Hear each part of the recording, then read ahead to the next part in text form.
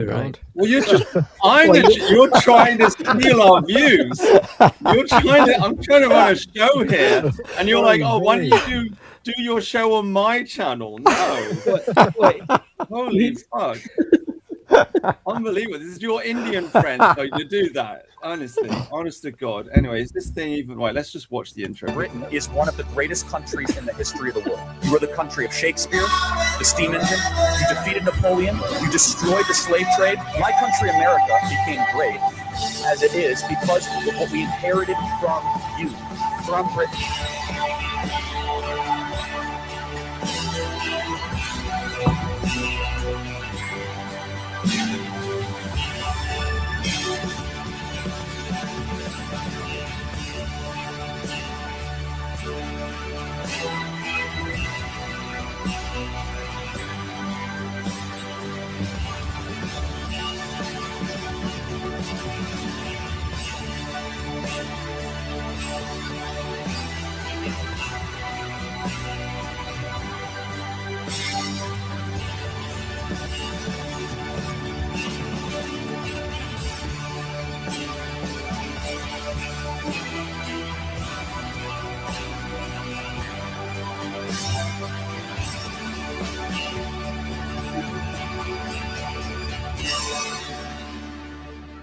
Oh my God! There you go. Where's my hero? Where is he? Where is Oliver Cromwell? Let's just find him. You know, you like to say that drunkards built the empire. These men aren't drunkards. This is iron, discipline. Yeah, they were. No, this is iron, discipline, there we will. Go. Well, Cromwell wasn't. I'll give you that. Yeah, but, he definitely wasn't. No, he didn't. He didn't drink. He cancelled Christmas, didn't he? I think he'd arrest you. He absolutely would arrest me. There's no question. Yeah, he'd arrest half the people in the country. I mean, a Puritan like him, he'd be like, "What the fuck is going on?" Yeah, my God. Yeah. So there you go. So we've got some special guests on the show. Welcome, Orb Reality. Welcome to the show. First time on the show. Thank you. Parrot Lady. Yeah, that's me. She's right here. He's right here. Jesus Fried Christ, returning for the second time. How's it going? Welcome to the show. And the prodigal son returns. The delivery driver. Thank you very much, sir. His name is Sundar Jamal Jeetman. Sundar Jamal Jeetman, Santa Claus, delivering your presents to your house. He may break into your house and murder your family. Welcome to the show, SJJ. Yeah, won't murder your family, but I will rape your daughter. Oh wow! Oh my God! Fucking hell! Turn. I mean, it's amazing, isn't it? Like, he's getting free food in the immigrant hotel, and now he's getting free internet as well to stream with us. Yeah, and even tried to steal the show, but there you go. Yeah. So first question, SJJ, what was it like coming over on the boat? How much did you have to pay? How much money is the government giving you? Is it comfortable in your asylum hotel? What the other people like? What's going on? What's it like being a Deliveroo driver? And how many things have you stolen, I suppose? I have stolen nothing. Look, this is the future. I know you all hate it. The gig economy is actually the access that the Zoomers have today, to infinite amounts of work. So I want to promote this. You all hate it because the immigrants are using it against you. But really, they've just figured out the hack. Really, there's never been a time like this. What a time to be alive. You have infinite access to work via an app on your phone. It's amazing. I'm fine with the gig work. It's just the foreigners doing it I don't like. Yeah. Well, this is how we fight back. I mean, let's take the jobs back. I'm not fine with the gig work at all. I want to go back to having a family wage like the boomers had. Where imagine that you could be like a milkman. No. You don't want a wage. You've spoken about this. You want men to own their own businesses. Well, yeah, and that's kind of what the gig economy is. Okay, I mean, fair point. Yeah, that's always been the Anglo-Saxon tradition. You leave home at 14, you work, and then at 24, you've got your own land and your own business. Absolutely, but the family wage was the compromise after industrialization, because we got rid of all the cottage industries. People are working in factories now, so they can't work. They can't, you can't build a computer in your house by yourself in the same way that a carpenter can make a chair or a table or whatever. So you've got to work in a factory, and the family wage is the compromise essentially. So I get it. You want to be paid better, but unfortunately you're not. So all you have is your extra time. And today you can literally use an app on your phone to like just get extra work. Now it's belittling work, I suppose. A lot of people don't want to do it, but like the immigrants are out there doing it. I see like these foreigners, I see the same ones every time. They're always there. They must be working like 15 hours a day, just grinding. Are you sure you can't just? It's just that you can't tell them apart. Well, that's kind of true. Are they eating people's pets? There's Yes, one who's yeah. like a guy who's like 4'5" or something. It's really strange. Genuine midget. Yeah. So what's your advice, SJJ? Because this is your thing now. You're talking about investment, and No, I'm absolutely serious. I'm genuine, right? yeah.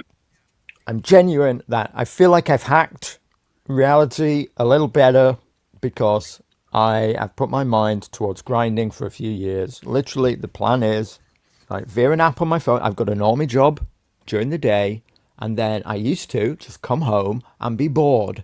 In fact, I used to just like do this, so not this show. Like I used to do streams on my own channel, just because I was bored. I had nothing else to do. So instead, I decided I sign up for all these fucking apps and then just like go and deliver parcels and go and deliver burgers and stuff. And I make it like an extra £1,000 a month over a year. That's 12 grand. And then I invest that money and, do the numbers that quickly with good investments can literally like elevate you out of, one class level to another. But what investments though? Are we talking like moonshots here, or are we talking? Because I think I shared with you like a tweet on Twitter, and it was like some guy, and he was talking about dividends, and he was sharing his portfolio. You said dividends are for boomers. So what are we talking? Are we talking about crypto moonshots, or what are we talking about here? Well, pretty much. I mean, if you just put 12 grand a year in over time into the S&P 500 over the last 15 years, it's done an average of 10%. Actually, since 2014, it's done 15%, almost 15% returns, and that's including the crashes, etc. So annualized about 15%. Over the last like 50 years, it's done 10%.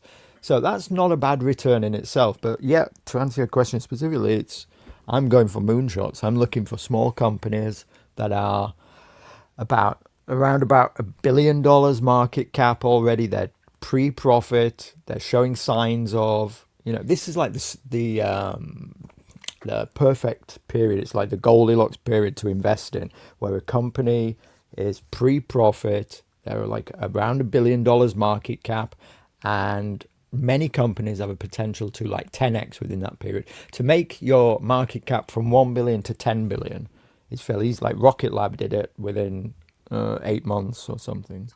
Right. So if you can find that, that's the sweet spot. So, because I think I saw you did a tweet or a video or something, and you were talking about the 10x plan. So like you got 10 grand. You 10x, or you got £1,000. You 10x it to 10 grand, and then you 10x that to 100,000, and then you 10x that to $1 million. Like that's 3-step. So you have to find 3 10x's. I've already found one, at least once. So if you can do that, I mean, it gets much more. You have to put more, your balls on the line much more when it's a lot more money, like this 100 grand. You then have to put that on something risky to make the million, but like the 1,000 to 100 to 10,000 is a step everybody needs to try and make. Have you done that? Yeah, I've done that. Oh, what was the investment? Rockets Lab. Okay. Cool. Which is a small rocket company. So, and I just saw this company about 2 years ago. Obviously, I say to people, invest in what you know. If you you probably know in each industry, you probably know a product that is amazing that other people don't understand. You probably know something that you can see something that others can't see yet. And put money in that because then it excites you. You might be wrong. It might not work out, but you're only playing with £1,000. Yeah. Well, I mean, I guess you could start with 100 and 10x Exactly. 1,000 and then 1,000 to, There you go. Yeah. Okay. So this is the plan. This is the thing I want to get to people. Yeah. This is the information that we're not taught about investing at school. We're not taught. This is the capital classes. If you're Jewish, I had a Jewish friend at school. They're raised by their dad to be business owners. They're taught from day one. You are going to be, you are going to own capital, and you either start your own business, which is hard and risky and difficult, and most people fail and most people collapse, and they're not very good at running businesses anyway, or you put your money into somebody else who's already started a business, which is a public company. And if you invest in a public company in its infancy, then there's risk involved. And as the capital person who's lending the money to that business, then you shoulder some of that risk, but that you have the chance of that return. So this is what we need to do, in my opinion. That's the pitch. No, I see it, dude. Like, I think I shared another tweet with you, and there was a guy on Twitter, and he was just making the point that he was talking about his investments, and he was just saying that like it's just not possible to escape inflation in the ordinary way that most people would. Like starting a business, you're not going to make enough money to escape inflation. You're going to get taxed to death, and etc. etc. You can try to invest in the stock market. You're saying that you can get 10% a year. 10% a year. I don't know if you're going to break free from inflation. So he was saying that like the Zoomer generation, basically they're going for these moonshots because it's like literally the only option. Yes. So if you can put your money on a moonshot, like get 10, you have the option. If you can get 10 grand together, and I'd say if you don't know how to do it or you don't have it, then you can work on your phone, and in 1 year get that 10 grand by just working hard. If you know the option, do what I'm doing. Work harder. If you want to do this, go and grind for it. Then you could take that $10,000 or pounds, whatever, and then put 1,000 on do some research. Sit down, do some research, spend some time looking at companies, and even potentially wait for an opportunity. Like I, was waiting for an opportunity for the stock market to pull back, to crash. Roughly once a year, there'll be some 10% pullback. Every 3 years, there might be like a correction of like 15% or more. A lot of people say one's coming soon. Even you, I think you think so. Yeah.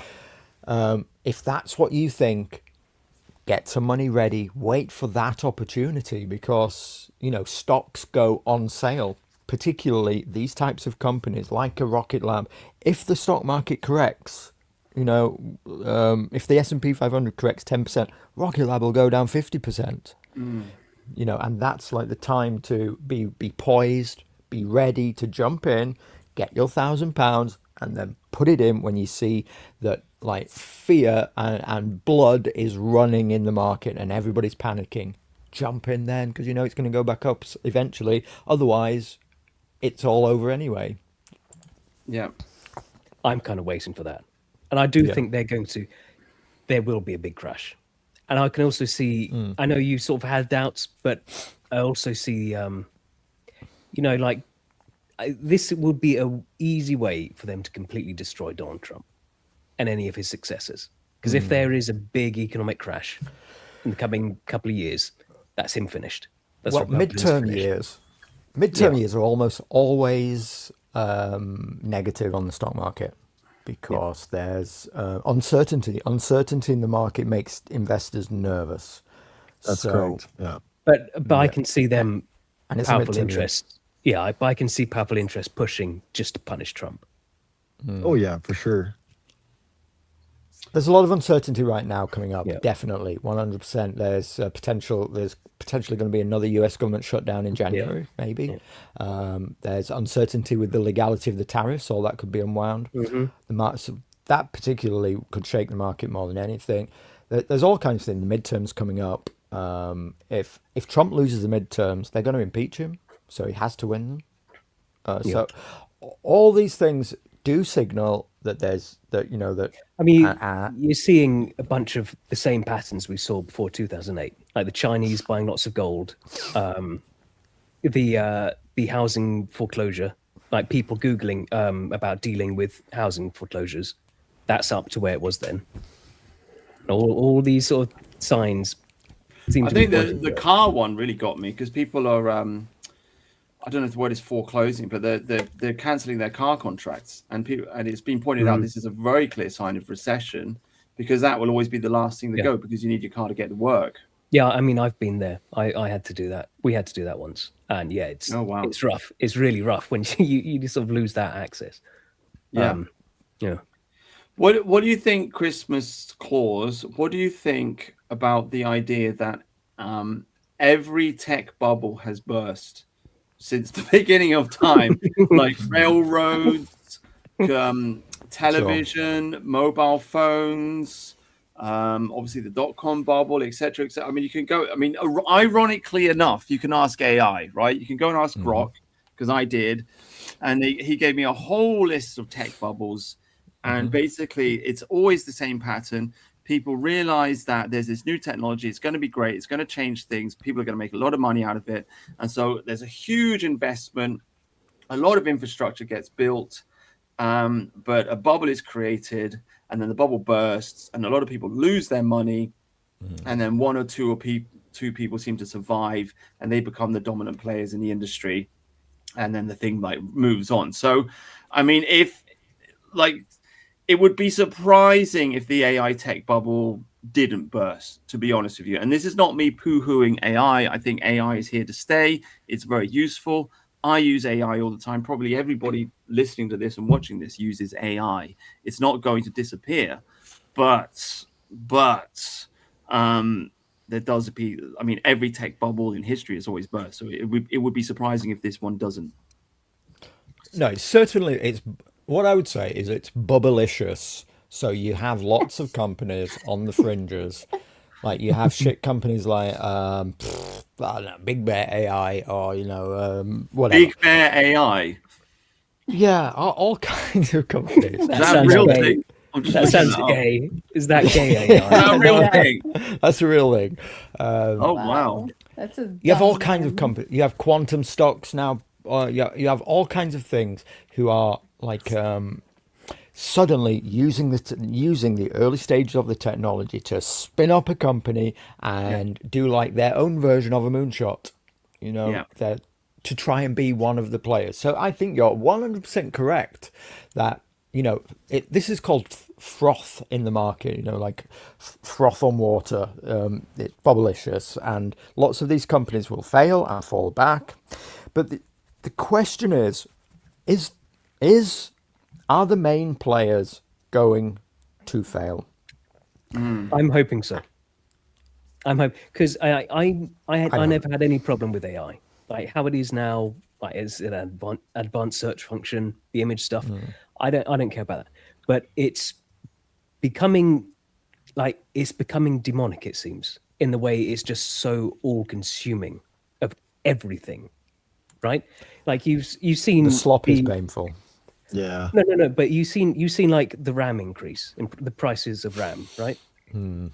Like the stuff I've got in my computer, in a few weeks that went up 4 times in price from when I got it, and it was the same price for ages. Then in a few weeks after was it SanDisk? I can't remember, but they announced that they will no longer be making consumer RAM. It is just all going to AI data centers, and so now RAM prices have increased 4 times. You're seeing increase in a lot. Graphics cards have increased a lot over the past few years. Everything about personal computing is getting so much more expensive, and it's because everything is going into AI data centers. Microsoft, Google, Amazon, they're buying everything We will not be able to own anything. This is your buddies. We will own nothing and be happy. That's still the plan. That's what they want for us. I would say that I think you have access to good information there. But you're framing it in the wrong way towards not thinking about how can I profit from this information.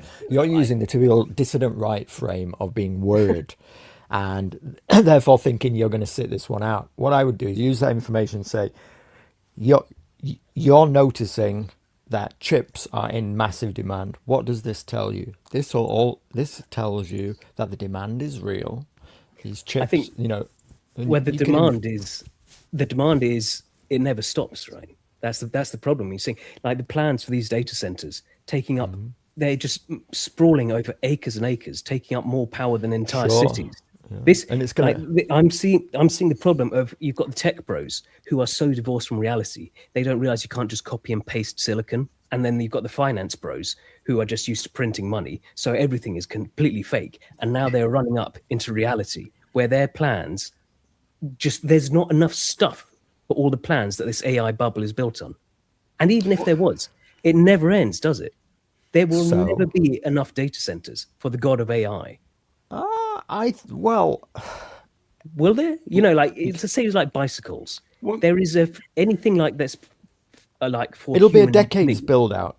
This, what I'd say, the counter narrative is that we have entered the next technological age, right? And I see there's going to be, like Brutus thinks, pops along the way. Things are going to pop and fall back down, and companies are going to go bust and bankrupt here, there, and everywhere. But the general trend over the next 10 years is massive investment and build out to build these data centers and build out AI. Yeah. And you're going to have your winners. You're going to have Google. You're going to have OpenAI. You're going to have... I don't think these companies, these behemoths like Microsoft, Google, are going to fail. What do you think? Orb reality. I just don't like the idea of. I think people have enough of my information in the cloud already with my iPhone, and I don't like the idea of my information that I have on my computer, which is much more sensitive. Having to store that off-site makes me nervous. Because I've spoken about this before. The plan is clearly that we won't have computers anymore. We'll have to rent computing space from these data centers, cloud computing. That's how it will all be, and we get to rent it forever. Wonderful. We own nothing, right? And that's we have nothing. Yeah, we will own nothing and be happy. Yeah. Well, we don't buy movies anymore, do we?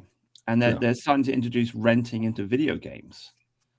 I rent music. I use Spotify. I think it's a great app. I think it's a great deal, £10 a month, and I get to listen to whatever I want. So it's a great deal, but I don't own the music, right?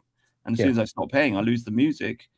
And that's what they want for us. They want us to just rent everything digital, and eventually they want us to rent our houses and then rent our car and rent everything, basically. Well, that's the way you make the money. But so I think you go in, like you were saying, let's come up with an invention or a great app.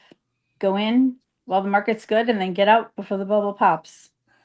We could do that, right? You guys can you code or reality? Can you code? I cannot. I'm going to depend on you guys to do all of that. Oh, okay. Oh, I'll do the graphics for you, or like some advertising. But okay. Yeah, I'm just going to be You can be our diversity hire. We need a woman. You don't need to code anymore. Right. You don't need to code now. AI can do it for you. Right. Grok, write me a code that will destroy AI. Oh wow. See. But the problem is like we don't really need the women anymore because we can get an AI to just copy a woman's voice. We can just pretend that we hired a lady. So I'm sorry, but we're not necessary anymore. No, sorry. I mean, are we talking about in all categories, or are we talking about just we're getting there. We're getting there. Girlfriends are coming. They're coming. They're on their way. You know. I mean, look at what Elon Musk did with the Grok AI's first personification. It's a cute blonde goth girl, and just Yeah. he's just going to annihilate the human population with this. Yeah. Is it, you mean like it's like a sex bot kind of like thing? Like a sex Yeah. No, doll? did you not see it? No, I didn't. Huh? It was. I mean, I mean, I think it's brilliant if you want to make money. Well, I it's going think to that- annihilate OnlyFans at some point, isn't it? I mean, Right. well, there's Pros and- already pros there's and already cons. AI thoughts on OnlyFans. yeah. That's how I made all my money on OnlyFans. No, I did not. I did not. Not at all. Ever. Never. Oh God. I can only accept your first answer. Yeah. It's too late No, I now. did not do that. I didn't take you for an ethos. I thought you had like a mum vibe. I got to be honest with you. So Me? I have yeah. no kids. I'm so much Ugh. cooler than a mom. Are you kidding me? Oh well, like a cool mum. You had a Mom cool mum vibe. vibe. I mean, you got a parrot, so I'm just thinking. Yeah, oh, you know. but no kids. If, Oh God. Right, Jesus Christ. Wow. yeah, This like is- I'm way cooler than a mom. Way cooler. Okay. She At least she I is think so. she is a based horse girl. Yes. You ride a horse, really? Girl, that sounds a little creepy. But What are your I mean, I thoughts like on horses. Subarus? Is that what you're talking about? I gave her the homework of the horse girl video. Oh, excellent. yeah, I watched it. Yeah. I have opinions on that. Who is right? So okay, the first time I watched it, I was like, these girls have a little bit of a point. And then I was like, no, they don't. No, they don't. The next time I watched it. Because the clincher was What when the he fuck? said, this is this is where I live, and there's shit everywhere that you guys are not taking care of. He doesn't live there. Oh, He doesn't well, live whatever, there. No. whatever. It was No, a that's good a- argument. That's a It was a city good boy. argument. So I don't really like girls. So I was Oh, what? on his side. Look how you girls just stab Oh, each other in the back. yeah. I Huh? get So hey, You predictable. see a pretty girl on a horse and you just want to tear her off it. That's well, I didn't brutal. see her. Isn't it? So I couldn't Wow, see you can see, you see, we got a group of men here. We're admiring this girl on the horse, and you're just like, oh, that you fucking guys bitch. sided with Fuck her. that bitch. She's in the wrong. Yep. Right. I'm not a fan of girls. I'm not. Wow. Guys are the way to go. You guys sided with the girl? Yes. Yeah. The What? based horse girl, Wonderful. yeah. Wow.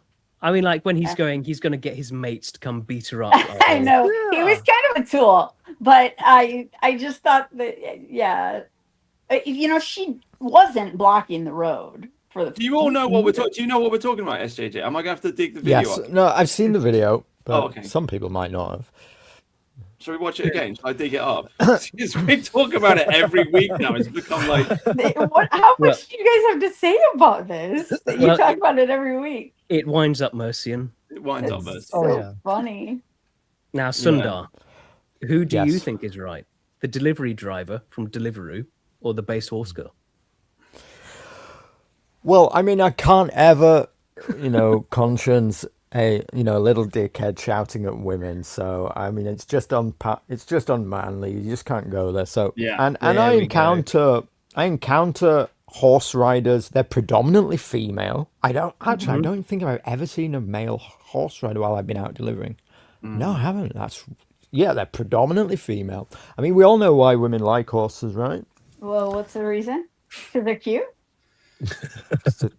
Is that right? Hang on. I'm Hang not on sure a where you're minute. going with that. Hang on a minute. Speak of the devil. And Is he here? Whoa, let's go. What's going on, guys? Speak, and he shall appear. oh my god. I'm Oh, not sure wow. the way this has turned out. I don't like this. You have an ally now, though. Yeah, the girl's Who? on your side. The Oh, parrot yeah. girl is on your side. So there you The go. parrot girl. Can we not call I'm not a mom and I'm not a parrot girl. Oh, the Or a American one horse with the girl. parrot is on your side. So there you go. Oh God. Uh, the, I But anyway. think that making the comment about him having a small dick was nice at all. Well, it's I thought that was- interesting that they made horrible. that comment because the answer to the reason why women like horses is because they like something big between their legs. Really? Yeah, come on, it's true. I never ever Gotta be give true. that any thought. So that's why they went to that joke automatically. Do you know? Okay, listen. So I've had horses. I used to have 3, and I can tell you that I never ever thought of that in a sexual way. I get it now that I'm older, but I was like so innocent. I was not so innocent, but I was so innocent. Like I never thought of it, and yeah, I never even got it. Like yeah, Yeah, I no. mean, I grew up on a horse farm. We bred miniature horses, and Hang on a minute, you a gypsy? no, no, but yeah, you see them screwing, and Right. as a kid, you just it's just nothing. It's just your parents like yes, just what It's they do, pretty making brutal. babies. Yeah, but yeah, you don't. I don't know. It just was never a thing. Right. But I mean, like horseback riding for me. Okay, I'm totally taking this in a naughty direction. I should not do that. But like I never thought of it that way. Which guys always make comments, jokes. But anyway. Well, are you a fan of women's erotic fiction? Oh, Okay, God. you guys, I'm so glad. So I was doing my homework listening to other episodes of your show. Oh God. And I've got to tell you, okay, that hit so close to home. So I was an English major in college, and I loved to write, and I thought, okay, I'm going to write a book. So I went on Amazon and looked to see what the bestsellers were, and it's this erotic women's literature, right? So I'm like, okay, I've never read any of this. I start reading. Oh my God. So, okay, feminists have ruined everything in life. Everything. I hate them. But they have ruined these books too, because like our grandmas read the books that were like, oh, the British officer saves the girl from a pirate or whatever. And like maybe he does push himself on her unwanted, but then she falls in love with him, right? It's kind of hot. This stuff though, now they're like to get around that because it's not acceptable, they kidnap these girls and take them into sexual slavery, put them into cages, beat them, all this and that. And then of course they're like purchased though by this wonderful man who's a billionaire, and he's going to treat her really well and fall in love. And that's how it ends. But that's like the only way now that kind of dynamic can exist, which what is that? I don't know. You're the girl. You tell us. Like, what's wrong with you? What is wrong? I know. Now, okay, some of the dark stuff, you guys were talking about how dark some of it is, I think is hot. Really hot. Oh, wow. But There I'm we not go. into the Minotaur, or there's the however you answer. say it. Not into that stuff. Minotaur. No. Minotaur, whatever, like milking farms, whatever. That's so creepy. Right, but It's you do want to be kidnapped by a Viking, basically. I do, totally, absolutely. Okay. There you go. Right. That's It's almost- hot. It's almost as if women are attracted to strong men. Yeah. Well, women that so my view is that feminists are ugly, and they've never had the chance to really understand how that sexuality is power. Like women, that's what we've got. Femininity, sexuality is a power that we've got, and you got to use it. So that's my theory. There you Feminists go. are ugly. I mean, look, yeah, they are. They really are. There you go. Yeah. Yeah, so they've ruined the fiction. Absolutely. Yeah. Too much porn. It's better if it's a little hidden a little bit, I suppose. So it's pretty dark, and I do think that there's a desensitization that happens, just like it does for like you guys with porn. I don't know. Yeah. So do any of your friends read this stuff? I mean, I read it now like crazy. So Oh, I don't Jesus. know. I totally do. I mean, I never used to read What the romance flip? books at all. I know. I'm so need to keep my mouth shut right now. Oh, geez. No. Tell us. No, that's fine. Tell us more. No, So you've got a bookshelf full of porn, basically, of like Yeah, animal porn. Oh wow. And you're proud I of it. You do. flaunt it. You flaunt it to the world. I do. I do actually. Yeah. I don't have kids, so I can talk about this stuff online. You know, But, fellas, it seems we were right about everything about women. Yeah. Yeah. Not So sure. is it like a generational, like, I mean, you said you don't like women, so you don't have any friends, but like if you do talk to a girl, if you do talk to a girl, do you also like share your favorite porn books with each other? Is that how it works? Like, what? So I'm trying to have some girlfriends actually for the first time, and so my neighbors have become kind of my friends, and Okay. I have corrupted them a little bit. Oh, Yeah, because I kind Yes. of pushed the books on them, and I was like, "You guys have to read this. It's Oh my crazy." fucking God. Yeah, like Oh. I can't even tell you what like the hottest scene was. I can't even say it on here, but yeah. So yeah, I love it. I love it. It's a guilty pleasure. Right. But do I want to write it? Now, one of you It's guys like- was talking about writing, right? Right? One of you guys Sorry? was talking about writing Sure. one of these books? Yes. I was saying that, yeah, let's cash in on this. So Absolutely. co-write it with me. I was thinking I could write like just like I don't know, like a Flashman type. I don't know if there was. I've never read the book, but there was like there's an old like English. There's a novel that was written in the 20th century. I think it's called Flashman or something. It's like an English cavalry officer. I have wearing a actually read part of one of those books because Yeah, so I was thinking like you could do like a porno version of that. You know, it's like Flashman. He goes to India or whatever, or China, and just like, you know. he has sex with all kinds of women. In Yeah, the book. basically. Yeah, he's Yeah. like a total Racist. Basically, racist English porn. Yeah. Okay, Do you think that would sell? I mean, I don't think so. No, I think okay. we get terrible ratings. But so no, I'm saying we because I want to co-write with you because now the trend is too okay that that these books are like one chapter is the guy's, view, his perspective, and then the next chapter is the girls. So I need a guy to write this with, and I don't have any guys that will write. So Okay. All right. Okay. a lot of fiction. Well, men should write male characters. That's a good point. Right. Yeah. Right. I mean, do you think it could be combined with violence? Because like I want to read about violence. I want to read about like people like I don't know, you could just like take Conan the Barbarian and take that to the max. Do you know what I mean? So you've got like utterly brutal, violent barbarian, destroys everything in his path. And then you've got like the 10-page long sex scene afterwards. Oh yeah. Well, many of them actually. Many sex scenes. So are any of these women's porn books, are they violent as well, or is it just sex? Well, I told you about the sexual slavery ones. Those are horrible. But yeah, I mean, like you could be an assassin. Right. I've read one of those where he was actually supposed to kill her, and of course that's hot that he doesn't. So Jesus fucking Christ. Tell me about it. Fuck, it's like such a dark wormhole, isn't it? I am sorry. Yeah, no, that's right. Women need to be saved.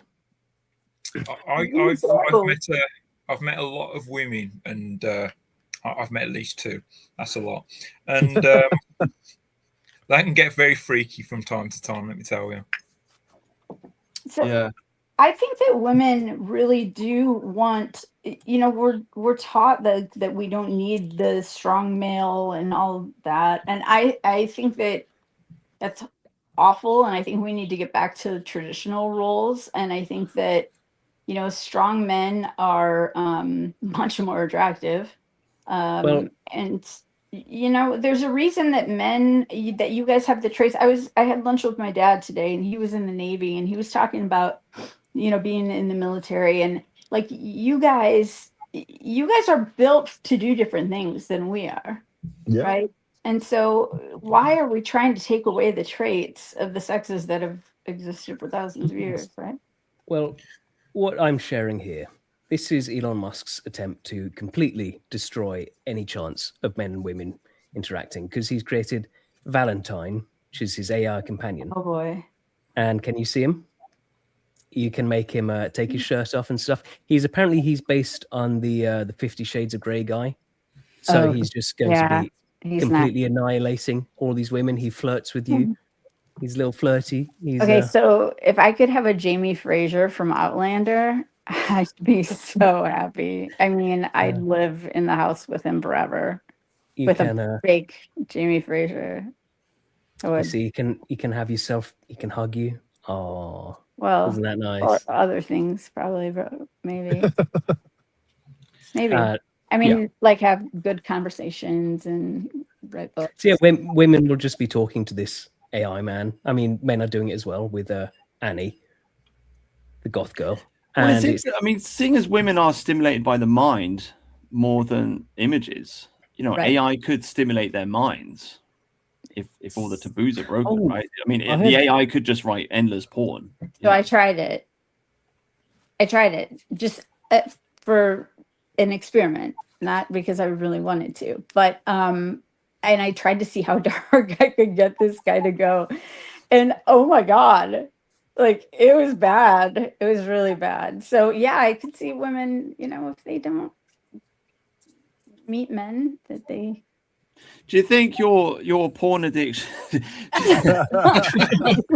you think you just have this because it's turning into a therapy session? Oh, God. you now. But do you I'm think so you just? sorry. No, we're trying to help you. Do you think you have this porn addiction because you don't have a boyfriend and a husband, or do you think I if you had do the have- husband, it would so- go away? Is that? Oh, you have a boyfriend. I have a husband that's almost an ex now, and I have a boyfriend. So.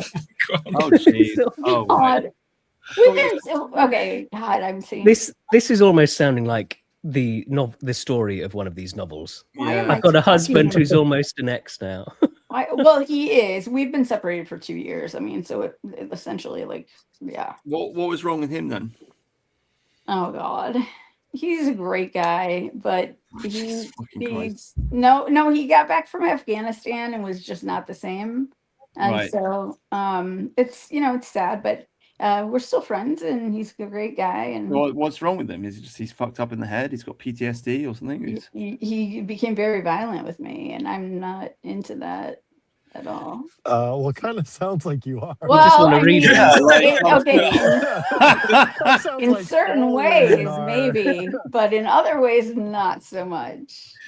This is why men don't understand women. Right? Yeah. You like what you like, but you also don't like what you like. There's no Well, way to win. I'm gonna stop talking. Oh my God, I'm so I mean, sorry. it's wanting a guy who's going to be violent, but not to you, right?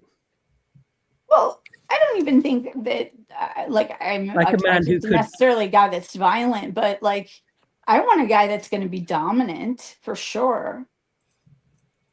Right. Like, yeah. I mean, strong, like mean, you want- outside of the bedroom, dominant inside the bedroom is what I'm Yeah, trying but to say. you want to be a little, because I've talked to a few women and they've always said, yeah, like you want to be a little bit scared of him, don't you? Because it makes it a bit interesting. I mean, it's hot. Yeah. There we go. It's hot. Not like that I want him to, that I worry that he might really kill me or something, but Just tie you up a bit. yeah. I mean, you want to be a little bit okay. Yeah. So you're war veteran. So you dumped him, and now you got a boyfriend. Okay. All right. Yeah. Cool. Is he a dark, mysterious millionaire? No,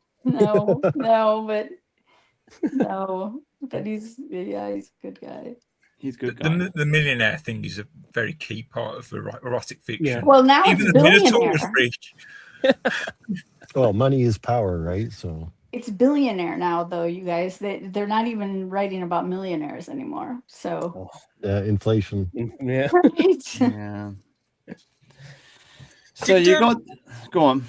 Well, I was about to say, did Elon make trillionaire status for a brief period? Who? I Elon think Musk. he's on track to. Right. I Okay. think he's on track to. I don't think he is there yet. Last Yeah. I saw it was like 730 billion or something. Just need some more Fuck's sakes. inflation.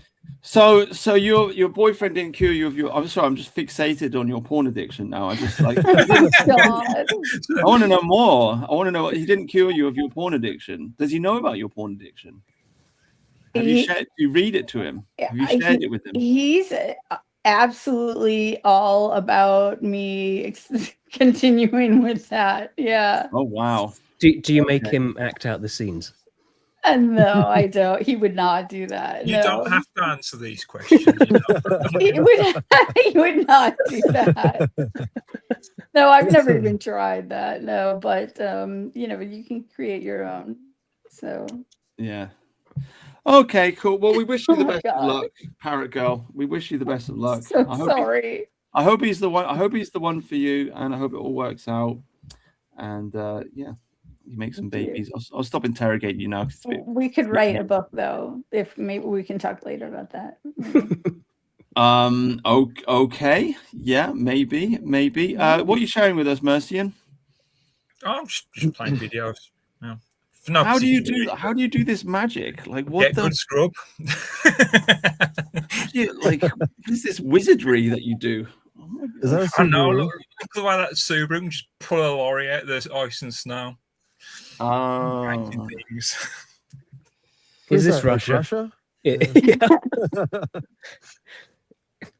Slavs Okay. use what they got, man. Cool, man. So, do you know I've done zero prep this week, so I've got nothing. I've got nothing on Twitter to talk about. well, what do you guys want to talk about? You want? Oh, you I've got got one. something. Let's Where see. is it? Trump called Tim Waltz a retard. That was pretty funny. I Well, love it. It's so true. I've got no idea who Tim Waltz is. What do you guys think of Candice? I'm on Team Candice. Oh no. Mm-mm. Yeah, Nope. I Nope. am. Yeah. I love Charlie Kirk. Not a fan of Candace anymore. She's lost her mind. Well, my take is that okay, I'll lay out my opinion. I like Candice because I think she's honest, because she's willing to talk about Bridget Macron having a penis, and I think she's right about that. Right. I'd be much more willing to listen to the other people that hate her if they were willing to admit that she was right about that, but they won't. And also, a lot of the people that are dumping on her, like Tim Pool or whatever, are very, very pro-Israel, and so I just think, yeah, I mean, it does seem like Charlie Kirk's died, and now they're turning Point USA into this neocon group, and Candice is not saying that she's got the answers. She just says she's doing an investigation and she's collecting evidence. And like the Epstein investigation, you have a lot of circumstantial evidence, and it's like you've got the dots, but you can't quite fit them all together and say what actually happened. There's just like a lot of weird stuff, and you've got to like try and piece the puzzle together. She's not claiming to have all the answers. Right. She's just asking questions, and everybody's telling her to shut up. So I'm kind of on Team Candice. SJJ, what's your opinion? I'm not on Team Candice. I think she's a stupid bitch who needs to... Look, I don't know what to say about this. By the way, I just managed to advertise this while you were all talking about porn. I did do a little stream to my channel in the background. I figured it out. Wow. Candice Owens, what the heck is she? We all know, we've all met schizo people like this. She has this massive audience, which is crazy. I tuned into one stream the other night. She had 90,000 viewers live, just listening to her, sat there going, I'm just asking questions. Could there have been somebody in a trapdoor? Could the microphone have been rigged to explode? These are the questions that nobody needs, It's just crazy. I think she is the biggest political streamer now. Is she? Yeah, it's wild. I think so, yeah. Really? Yeah, it's huge numbers. It's insane. Yeah. Huh. Every single one of her video gets 1 million views. Yeah. Yeah. Didn't she get in trouble for like changing size, being accused of being a grifter? Like, wasn't that? What was yeah, that? because I think in the past she sort of set up this website was meant to try and dox people. Social autopsy. That's why That's I it, don't yeah. trust her. Yeah. Yeah. And she married to an English guy? I think American, but white. Oh, I thought he was English. I thought he was like a member of the Bullington Club or something. Went to Oxford University. Am I wrong about that? Oh, Maybe. So But you just my- like that she's bleaching herself. well, yeah. My Either thing way- about- oh, sorry. I was just going to say, either way, what she's done, is you've got to respect the grift, because to become so Right. successful, and to produce this show, she's definitely smart. You know, people who just think she's a schizo black woman, you know, are mistaken. She's definitely smart. It's not easy to pull something off like this, become the biggest streamer. So there's definitely some there with her. This is the husband, George Farmer, English. There's the bloke. power behind the throne, probably. He was a member of the Bullingdon Club. So there you go. All private, all male dining car. Went to Oxford. Yeah. He's got that Neville Longbottom physiognomy as Yeah. well. He does, yeah. On Ozempic. Neville on Ozempic. So I think man. Candace Owens is a very, very intelligent woman. I've liked her a lot in the past. I've watched her, you know, give testimony before Congress and Senate, and then she's been brilliant. I think she has gone, I don't know if it's because she just had kids and they messed with her like hormones. I don't know. Women are gonna hate me if they're listening to this episode. But she has, you know, she got fired from Daily Wire, and I think she kind of lost it a little bit. I think maybe she had a little bit of a nervous kind of breakdown because she's just gone so far that she's lost credibility with me. And it's sad because I really liked her. But she's questioning the moon landing now. Like she's Well, we didn't go to the moon. well, she's Oh my God, no. she's talking about Kanye being like, you know, some kind of like followed around guy. I don't Yeah, know. she has all Brutus's She's- positions. Not quite there yet. I can't believe 2025 you actually think we've been to the moon. Holy shit. Oh no. No, I will admit, like some of the stuff she's coming out with is kooky and it's mad and it's stupid. I mean, there's the one about Charlie Kirk getting electrocuted or something like this, and it's like, what are you talking about? So I mean, there's a lot of noise. It's very stupid. I just think like America's controlled by the Israeli lobby. And tell you Charlie what's- Kirk was very important, and he was turning against it, and now he's dead, and now they're turning point into I this tell- yeah. pro-Israeli Right. I lobby. tell So, you I mean, that doesn't help the conspiracy theories, does it? Because I've seen Erica Kirk this week doing a bunch of like pro-Israel stuff and Jews are our greatest Yeah. allies. I guess And it's she's like, part Jewish though. but it's, I just found that out. oh, if wow. you are the conspiracy related, you know, it doesn't help when Charlie's starting to get a bit questioning in that, and then Body's not he even cold. dies. Yeah, and then the Body's not wife even comes cold, and out. she's out there, you know, campaign. And this is the thing, right? This is the thing. If she was doing all this campaigning, and if she was just like, you know, waging war against the leftists who had murdered her husband, then I could appreciate it. But she's not doing that. She's out there She forgave campaigning, them. going all around the place on a pro-Israel ticket. Like, what the fuck? Your husband just got Yeah. shot by some tranny. Like, if you were actually like a really devout wife and you really loved your husband that much, you'd be going to war against them. But you're not. So what the fuck is that all about? Bob Outberger mentioning Erica Kirk bringing Mickey Minaj on stage with her. I Oh hadn't seen that. God. Like, what the fuck is this? This is like Bonnie Blue joining Reform. Like, what are you doing? I just don't like I that like this Candace too. has become so big based on like all this Charlie Kirk stuff. She's like, you know, I was great friends with him. I was like his little sister, blah, blah, blah, blah, blah. And then she's just going on and on and on. Every episode now is about this in some way, it seems. And I don't like that. I think I don't like that. Because it's getting her the attention that she wants, Right. and that is infective. Right. So she's going to keep running with it, whether it's correct or not. Now, there's a few things about this. I don't know, you know, what I think about this. There's one red pill here that nobody's mentioning, which about like, you know, just Candace's schizo level. The thing people don't realize is like, actually about like these are the things that about like 80% of black people in America think. Actually, these are the levels on which most black people think, you know, like, Yeah. I'm sorry to break this to you, but most people think in these really schizo ways that you just can't relate to. So she's not far off the dice of the average black person in America.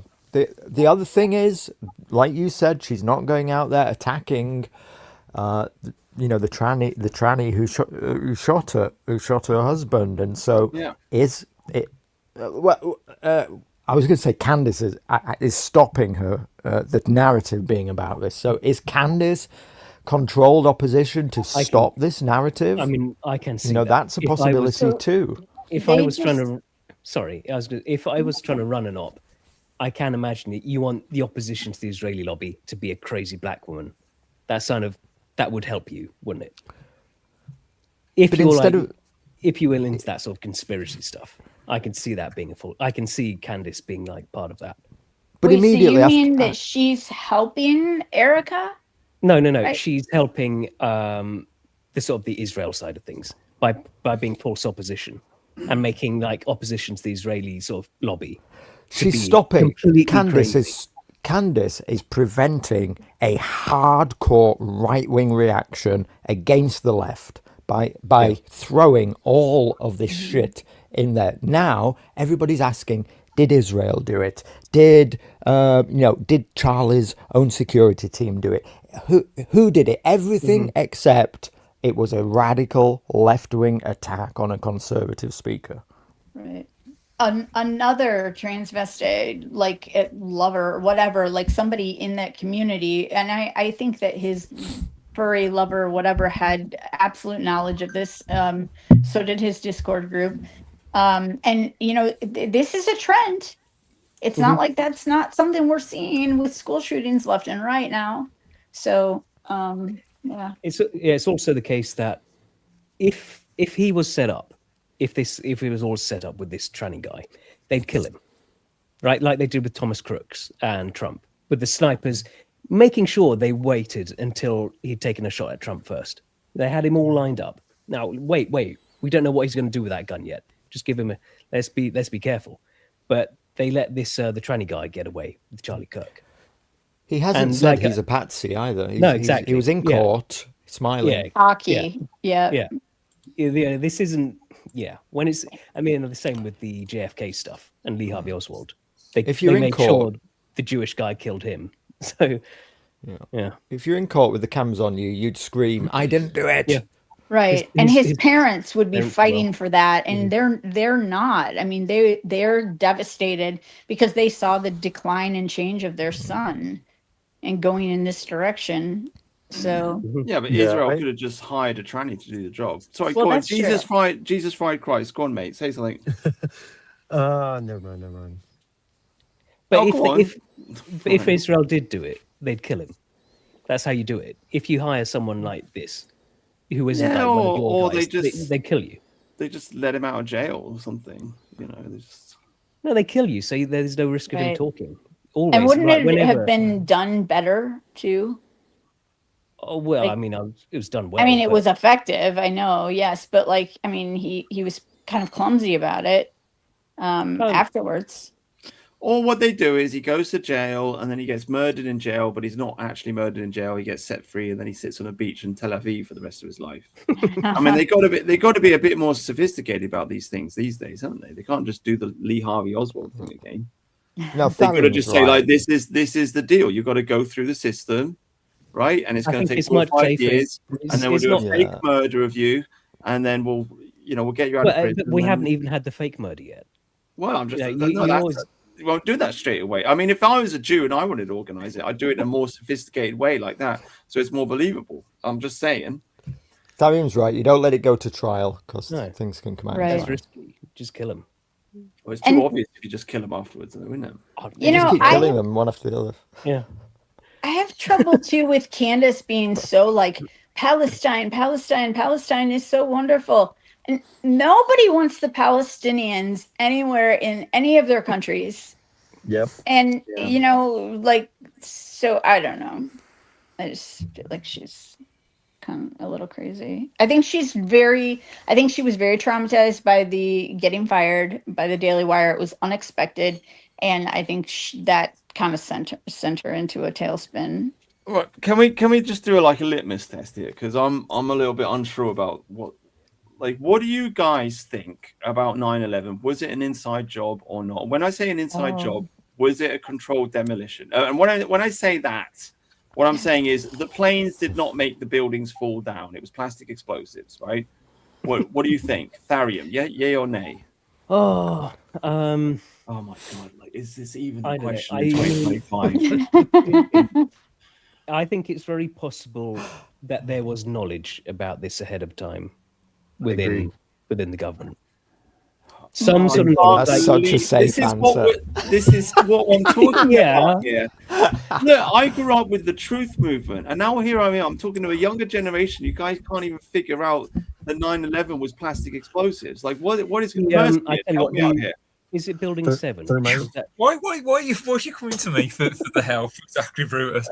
Well, Save me. I'll throw you a bone, right? I saw the Loose Change documentary, all three Right. versions of it. There you Loved go. it. Loved it. However, is it possible that the West has enemies from the Middle East? mm, Do Yes. you really? Oh Yeah, my god! Well, But this those is what two I'm talking. things This is aren't why mutually exclusive. Well, it What about depends you which then? which country in Jesus, the Middle East. Jesus Christ.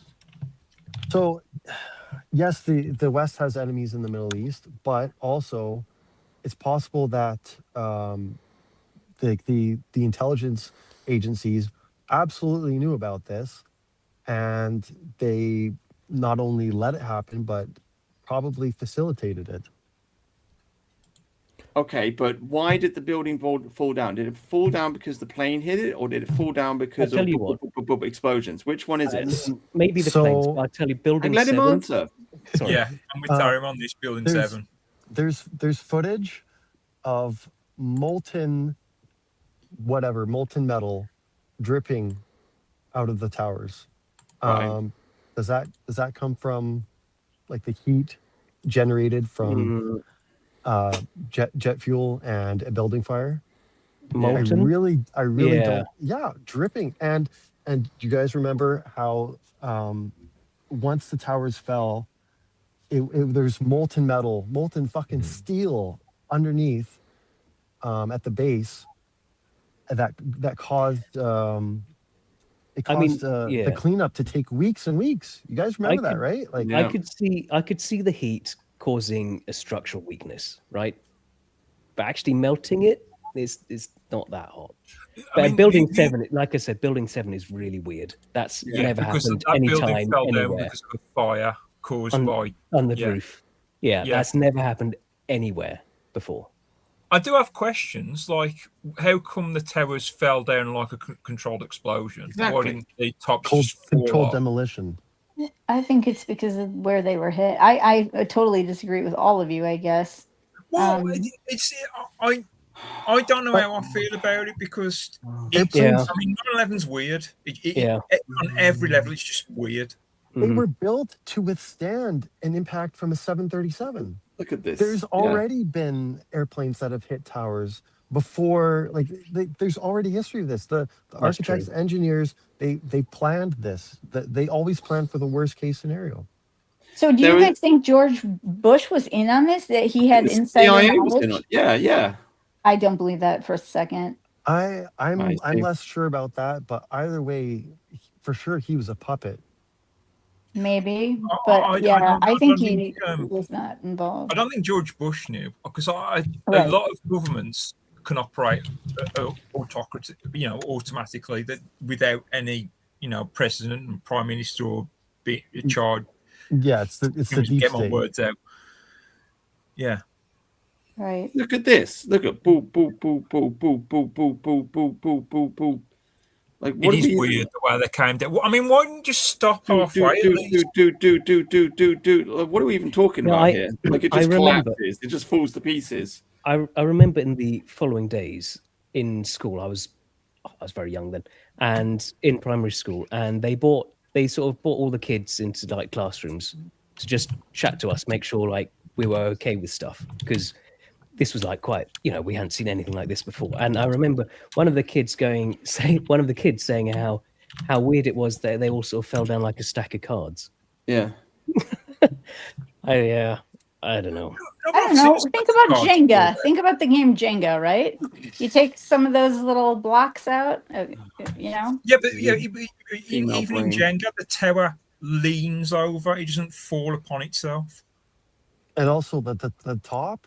So structurally speaking, even if it was the building fire and the jet fuel that weakened the structural integrity of the steel enough to cause a collapse of, let's say, 2-3 floors or something, right? Then the top would collapse down, and then you still have structurally sound fucking shit there. Like it would lean, it would fall and then lean over to one side. Yeah, why would the rest of the building collapse? It doesn't make any sense. Even if it's enough to like knock the top bit off, like the whole thing just collapses. It doesn't make any sense at all. Let's see what these. I haven't seen this before. I don't know. What happened? It was an explosion. He was in the lobby, and the third explosion, the whole lobby collapsed on us. What was it like? What was it like? Horrible. It's like hell. You don't want to know. The whole building just collapsed on us inside the lobby. Is that a secondary explosion? Yes, it was. That was the. Yeah, definitely a secondary explosion. Because we was inside waiting to go upstairs, and on the way upstairs, the whole fucking thing blew. And we just collapsed on everybody inside the lobby. Similar to the first tower coming down, secondary. I don't know about the first one, but I know the second one was terrible. Then there was a third one too after that one. Third explosion after that. That's everybody was inside the building waiting to go upstairs, and they just let loose. Everything just let loose inside the building. So what you told me is that there was the plane or whatever hit the building, and then a secondary explosion. It was like 3 explosions after that. We came in after the fire. We came when the fire was going on already. We was in the staging area inside the building, waiting to go upstairs. And they exploded. The whole lobby collapsed on the lobby inside. And just mayhem after that. Just man, everybody tried to make their way out. Just trying to help all the brothers get out. A lot of people trapped inside. And I was sitting in the Brooklyn Navy Yard, close to Brooklyn. We watched the first explosion. As we were watching the buildings, I saw a black, very large airplane fly right into the second building. It came out of the south, right in front of our eyes. Just, it was so surreal, like a movie set. Second and third explosions also, right? We were in the building for the third one. It collapsed. I was on this drive here for the other one. People don't understand. There may be more. Any one of these fucking buildings could blow up. This ain't done yet. This is on the top of this. It could be no worse than this. Could be nothing no worse than this. You're in the building trying to help people, and it's exploding on the inside the building. So I don't think we get any worse. Fuck me. Yeah. Well done, Brutus. You've brought the conspiracy theorists right out of me on this one. Congratulations. Well, just like this is old school. This is what I grew up on. You know what I mean? Well, I mean, like I said, I watched the Loose Change documentary. Yeah. I mean, 9/11 is genuinely a funny case. There are things that don't add up. But I also believe, you know, that the West has enemies in the Middle East. I mean, so whether, like Darim said, America knew about this and let it happen and actually helped it for some nefarious purpose. But why would we? Why? Well, you got your war. Well, yeah, that worked well for us.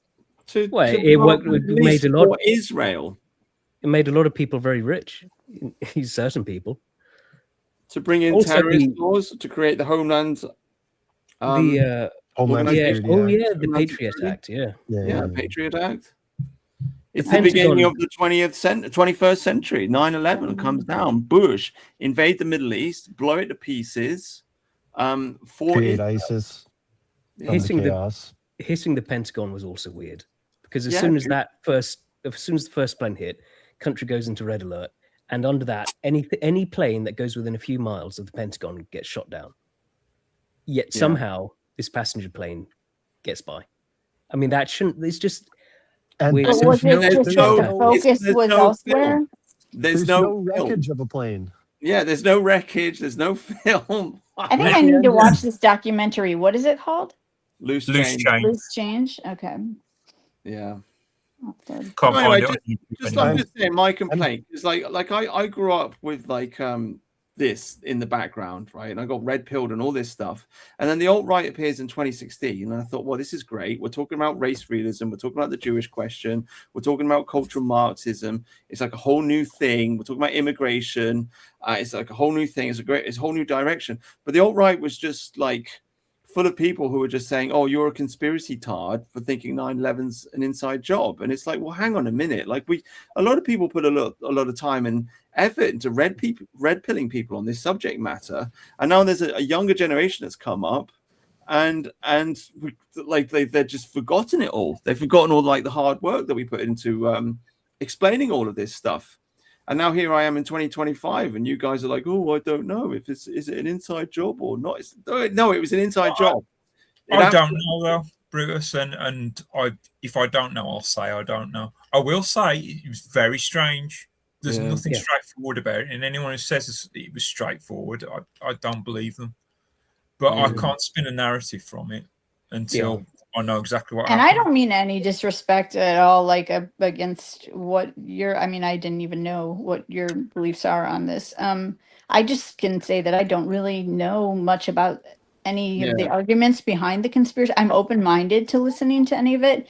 I do not believe that President Bush was involved, but was some faction of the CIA, maybe. His dad would work for the CIA, didn't he? His dad was like a manager of the CIA, wasn't he? Director of the CIA. Yeah. Well, I don't know. His dad was also a war hero, so I don't know. I've read a lot about the Bush family, and I read a book that the Secret Service agent that was under them, and then the Clintons, and he said they were a nightmare. But he said that the Bush family was like the most genuine, down to earth, nice to. Now I don't like how they're acting toward Trump, but I don't think Bush's expression when he was told that as he's reading to little kids, I just don't believe he had any idea. Yeah, well, this is what I'm saying. Like, see, this is what I'm saying. 9/11 is a litmus test. Like, if you aren't queued up on 9/11, you're not going to understand what Candice is saying. It's not. You're just not. You're going to think she's Looney Tunes. I mean, that's just the same lady who you yourself called a kook. Candice. Yeah. I mean, she says some kooky stuff. I'm not saying everything she says is correct, but that's the nature of conspiracy theory. Like, it's, there's all these crazy people and a bunch of crazy ideas and a lot of misinformation, but it's like at the bottom of it, there's some truths. It's like with 9/11. Like, some people think that it was knocked down by a laser beam or silly stuff like this. So there's a lot of crazy ideas floating around. And that's just the nature of the conspiracy theory movement. But I think underneath it all, there's some truth. I mean, things have happened. We've had MK Ultra. We've had things that defy reason and rationale that have occurred. So, I'm open-minded to things. I think it's hard to pull off a conspiracy in this day and age. But yeah, okay. Brutus was chill during the film. Yeah, I'm fine with filthy pornography, but don't you dare deny 9/11 was an inside job. Yeah. Well, I've been holding my tongue, but you've been loving this. But I fundamentally have a problem with this whole period of Gen X of fucking conspiracy theory bullshit, to be honest, because I think it produced nothing useful. It was all for naught, because like fair enough, I don't remember 9/11, I was too young, but so I'm fundamentally disconnected from it, unlike you, Brutus. But the whole like shitting in the punch bowl of the conspiracy movement did nothing to generate useful information. It only makes things much harder in hindsight. So like none of you in this whole, we've been talking about 9/11 for about 15-20 minutes, and the question becomes, did the towers get brought down by explosives? Were the planes real? Was it laser beams? What about Building 7? All this. Nobody's talked about a particular country in the Middle East who had foreknowledge, right. The people behind Saudi it, Arabia. why they ended up and invaded Iraq as a reaction. All Hang of on, this. I did say that though. I did say that was the point. I absolutely did say 9/11 gave America the excuse to blow up the Middle East for Israel. That's absolutely what I said.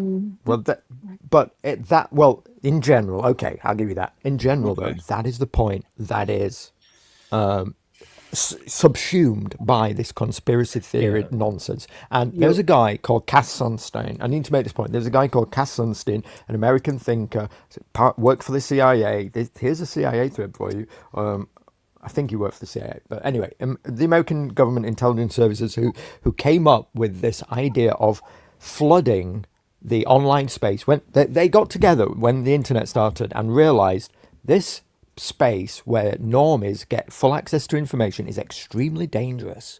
And how are we going to counteract people finding out the truth? Well, we can't just censor everything. That's not going to work, they concluded. So what we must do is flood the information space with so much nonsense that people can't find out, they can't figure out what is true because it's like a needle in a haystack. It's an info war. Yeah, they've done this with aliens and stuff as well for decades now. The CIA have their own agents spreading false stories, so that, like you say, so that who the fuck knows what's true, because so much of it's fake. Exactly. And like you also again, like asking why is always important with any conspiracy theory. Like Cui bono, isn't it? Yeah. Yeah, no, like, I 100% is... agree. 100% agree. A lot of absolute dog turd nonsense in the conspiracy theory movement. I remember back in the day, people would talk about things like the Council of 300 and how that there was a Council of 300 that ruled the world. And I looked it up. Yeah. It was an idea that was promoted by some MI6 agent who traveled around the world telling this bullshit story, and people believe them, but it's just completely made up nonsense. So I completely agree. There's a lot of absolute dog shit in the conspiracy theory movement, which does confuse people, which is why I felt the alt-right was very refreshing, because it's dealing with social problems. And when it comes to social problems, you can really you can tackle them, because you can see firsthand the problem of feminism and the problem of immigration and et cetera, et cetera. So yeah, I'd agree, but I do think 9/11 is an inside job. I mean, that's just basic for me. So, and I do think the Bilderberg exists. The Bilderberg group exists, and I do think the Freemasons exist, and I do. They do have these organizations. It's not a lie. What are they actually up to? I mean, I don't know, and there's a lot of misinformation. Yeah, but these organizations definitely exist. The flipping Bohemian Grove. I mean, that's not weird at all, is it? Come on. I hear that the Trilateral Commission is probably a bit above the Bilderberg group. That's another one of these mysterious groups, right? That just seem to run things. No, and and again, just to reiterate my point, I remember back in the day, before the alt-right, the whole thing was which is the real? Is the Trilateral at the top, or is it the Bilderberg, or is it the Club of 300, or is it the Club of Rome, or which one is? How is it all structured? And people are just endlessly pontificating about this nonsense, and it was all a bit silly and a bit gay. But nonetheless, I mean, 9/11 was an inside job. I mean, the CIA is the world's #1 terrorist organization. I mean, let's just put that on the table. Those people are fucking dangerous. Oh, you realize that the FBI is the largest funder of domestic terrorism in America, right? Aubrey? Oh, God. I don't want to answer this. Oh, what, do you work for them? Well, I mean, look at all the... No. I mean, look at all it's the usual thing. They find, people who, guys who are a bit, they're losers, they sort of... That's the FBI. Really. Yeah, I said domestic terrorism. I'm just talking about domestic terrorism in the United States. Yeah. They find these losers and they set them up. Like the 9/11 bombing before the 9/11. The FBI definitely are involved in, finding people. The charitable view is that they find people who are likely going to commit something and they help it along in a controlled fashion. What? You guys. Oh, you haven't heard about this? Okay, like so you're such an innocent girl, Order. Reading your I'm porn, not actually. You gotta... So a big one before 9/11. There's the World Trade Center bombing. This was all set up by the FBI. They found this guy. They gave him the bombs. And this one. Oh, that was the Tim guy, right? The Timothy McVeigh. No, that was Oklahoma City. God, I'm so not doing well on this So episode. yeah, the Good FBI God. gave him the bomb, I know who and, you're talking about. they told him, okay, so go Wednesday to blow it up, and then he Right. went a couple of days early. So yeah, the FBI Okay. totally set up. The there was the couple of years ago, there was the plot to kidnap the Michigan governor by by some guys. That was all FBI. Yeah, that was all FBI. And they found these two guys. Wait. No. One of them was real. About seven of them were FBI agents. Exactly. Yeah, they found these couple of guys, got them all involved in this plot. There was all feds. Okay, And so is then, there- like, the guys said, well, this was clearly entrapment, and they got let off because it was. So do you think there's like a division of the FBI then that is behind like there's like the PSYOPs group, right, in the military? Like, do you think there's like, because I wanted to be a prosecutor. That was my plan. I was going to go to law school, and then other things happened. But like I'm really into crime, and I've listened to a lot of FBI cases that they've done great work. And so do you think that that's like happening, and then behind the scenes there's other stuff? Is it? I think it's making cases to justify whatever like actions the government wants.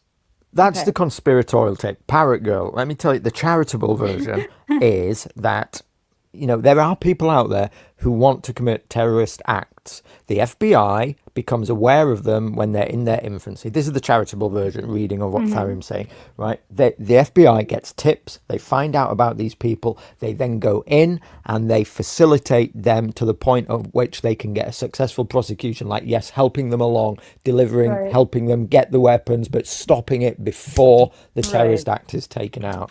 And somebody like Tharium and Brutus and that come along and they see these things and they say they're all FBI agents. So I believe the CIA does that. I know that's obviously they help overthrow governments. I mean, they facilitate. They put the weapons in the hands of. They've created the cartels. They've created all of that. Right. Can we just see what this Jew has to say? Because I'm just curious.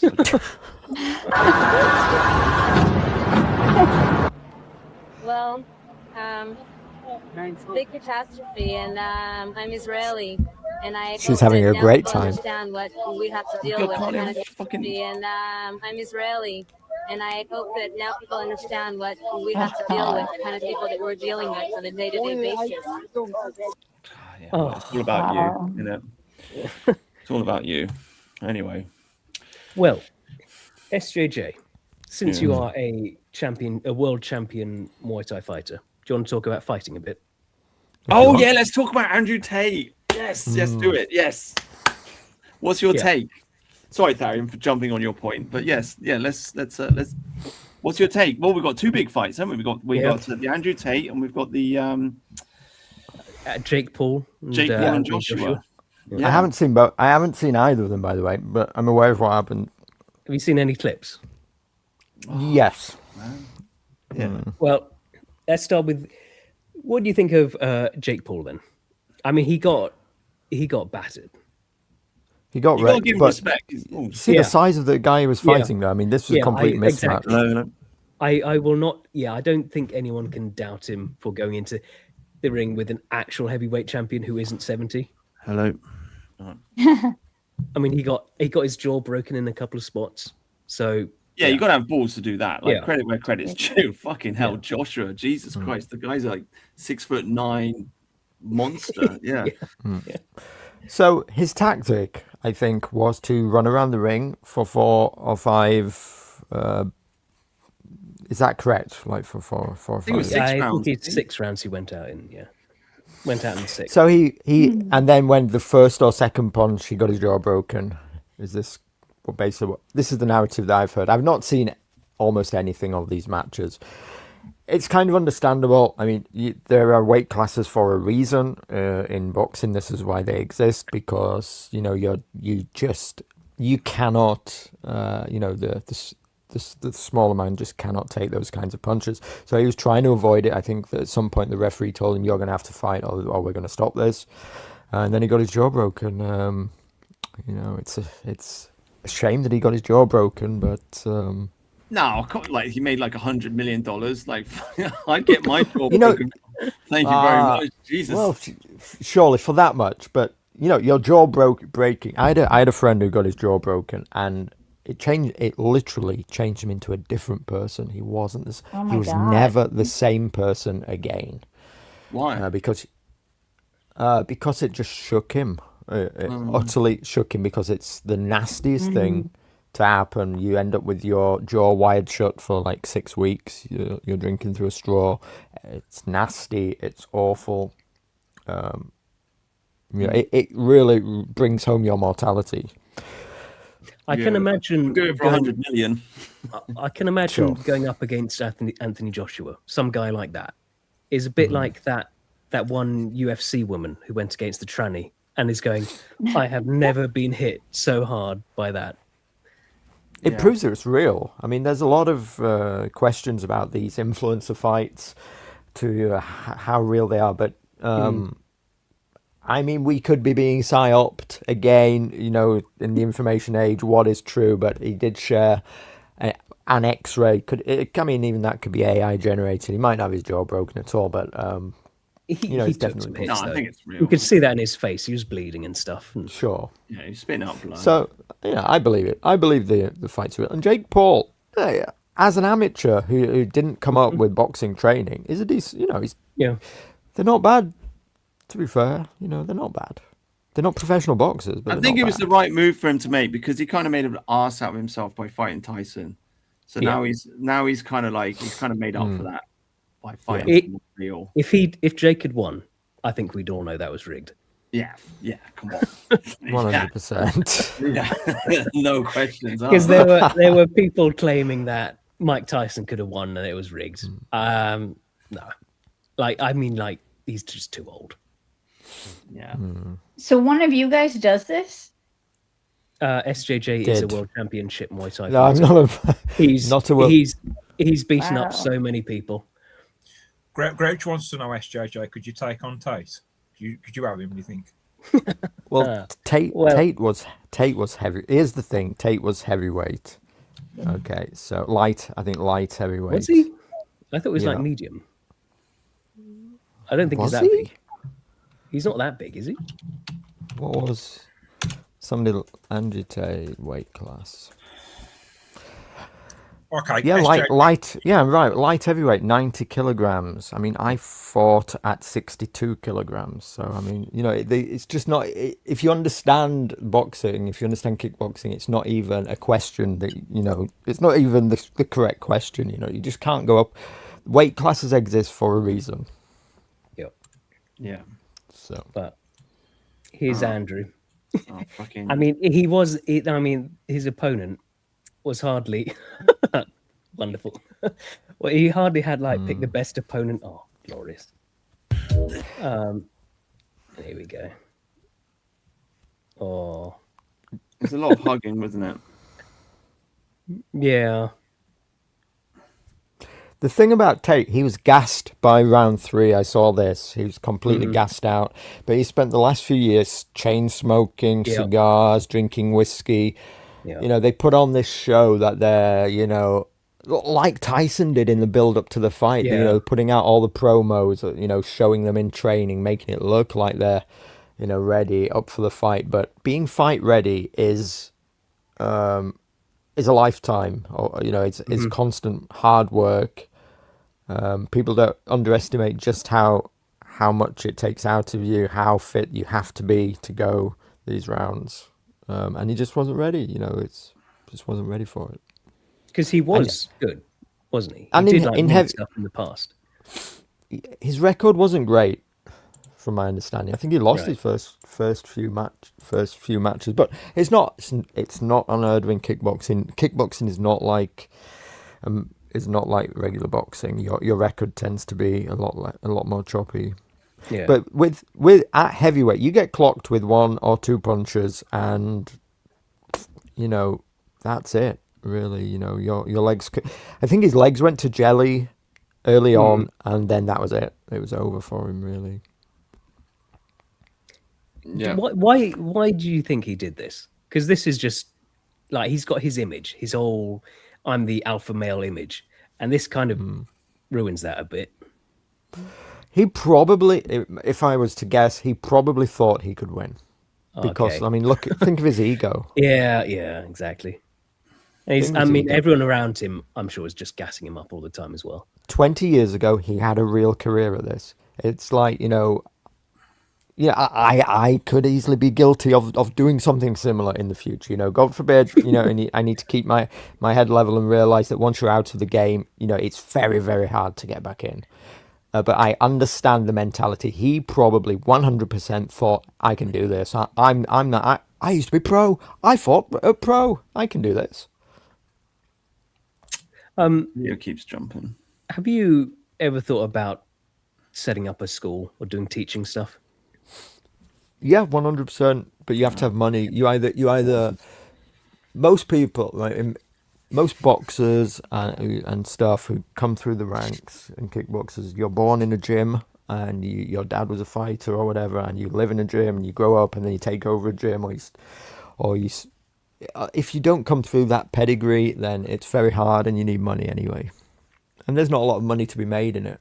So you got to have a son, basically. This is how you're going to win, SJJ. You have to have a son, and then he has to go and be the champion, and then you that's you. Yeah, it would be one generation down. My son could become the champion, if I brought him up in a gym. But isn't that? I mean, I'm kind of taking the mick, but I'm not. I mean, isn't that the psychology? I mean, I don't know. Do you see that within yourself? Like you want your son to conquer? Because that's what happened with what's his name, Khabib. Obviously Khabib. His father was. Every great sportsman seems to have their parents just push them really hard. Well, Tyson didn't, but he was very young. I mean, he was fighting from like the age of like 9 or whatever, and they just used to bring people to him, and he just beat them up. So he was different, but I guess he's black, so it's kind of a different thing. But I mean, do you feel like that? Do you want to have a son and then just like beat him up when he's young to make him well hard, or what? I used to think, because, if you are on the right wing, you understand that like father, like son, that genetics plays a big role in, how we are determined. Genetics is like 80%, of probably how you will turn out, so your son's going to have the same, to a large extent, the same talents as you. And so it would naturally make sense to give them the guiding direction, because if you just let them out into the world, then school doesn't help them figure out what is the thing that they should be doing. So you have to naturally guide them into it. Like a farmer's son is naturally inclined to become a farmer. Like you were saying earlier, these generational things that have gone out the window. And so, yeah, but I'd have to bring him up in a gym, and it's probably not the best career path anyway. So. Brutus, you missed the put that video back up. I don't like the slaps. I fucking hate it. I think it's shit. Hold on. Watch the end, because this is white man versus the Jeet, and it's what we should also aspire. I just don't like. It's so. I agree with you, Brutus. There's something viscerally wrong. This should be banned. Yeah, it is so stupid, but it should. I don't like it either. There's something visceral in this about seeing a man who's not defending himself. Yeah. Who's not defending himself get hit. It's wrong, man. It's Do wrong. not go to Deem. There's no skill involved. You just you're paying people just to punch each other in the face, and they can't dodge the this is masochistic. This is awful. Why can we watch two men fight a real fight and not feel like there's something wrong with it? It's because they are equally matched. Yeah. They have their their guard, they're prepared to fight, they're defending themselves, and it's it's manly honor, and it's fair. This is not just like the Jake Paul and Anthony Joshua wasn't. What is this? This is the. Don't dox me, bro. He's when you're older. This is you training your son. This is the SJJ. These are the kinds of self-delusions you can have, though. I mean, this is real. Wow, double kick right there. They teach you that in the temple. You spent 2 years trying to figure that one out. Oh man, you gotta love it. That has to be a joke. I don't know, actually.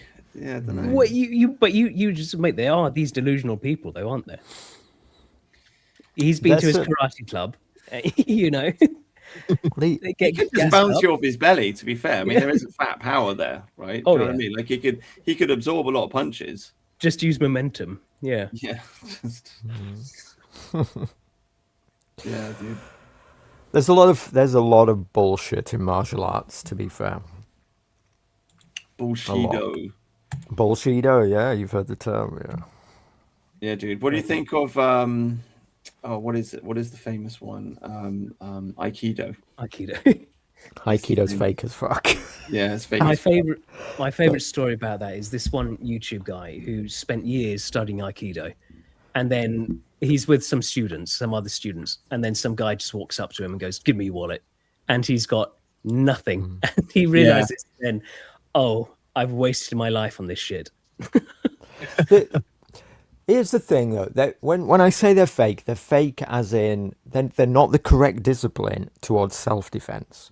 But really, very few of these things are. They have historic traditions, many of these things, and they are martial arts in terms of they have a tradition, they are an art form, it's performed, it takes skill, it takes discipline to learn, and they have their own grading systems and all this.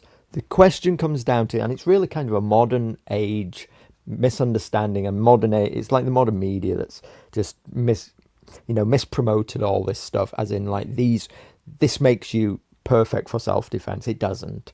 Karate doesn't. Aikido doesn't. Kung Fu doesn't. No, this was all figured out with like the UFC, who figured out that MMA, a mixture of martial arts, is truly the only way to apply it to actual fighting. Any of the others are just like historic traditions that are an art form that are performed with fighting involved. See, we've talked about self-defense on this channel before, and we keep talking about the walking stick self-defense. Yes, it's good. Oh, good okay. Idea. Sorry. Distracted. I know. I just got distracted. Yeah. Sorry. So this is the other side of things you've mentioned about is this the sucker? I'm gonna get a sucker punch or something. Yeah. He's throwing his good white boy throwing his punches out, trying. Yep. Let me guess, his friend's gonna come in.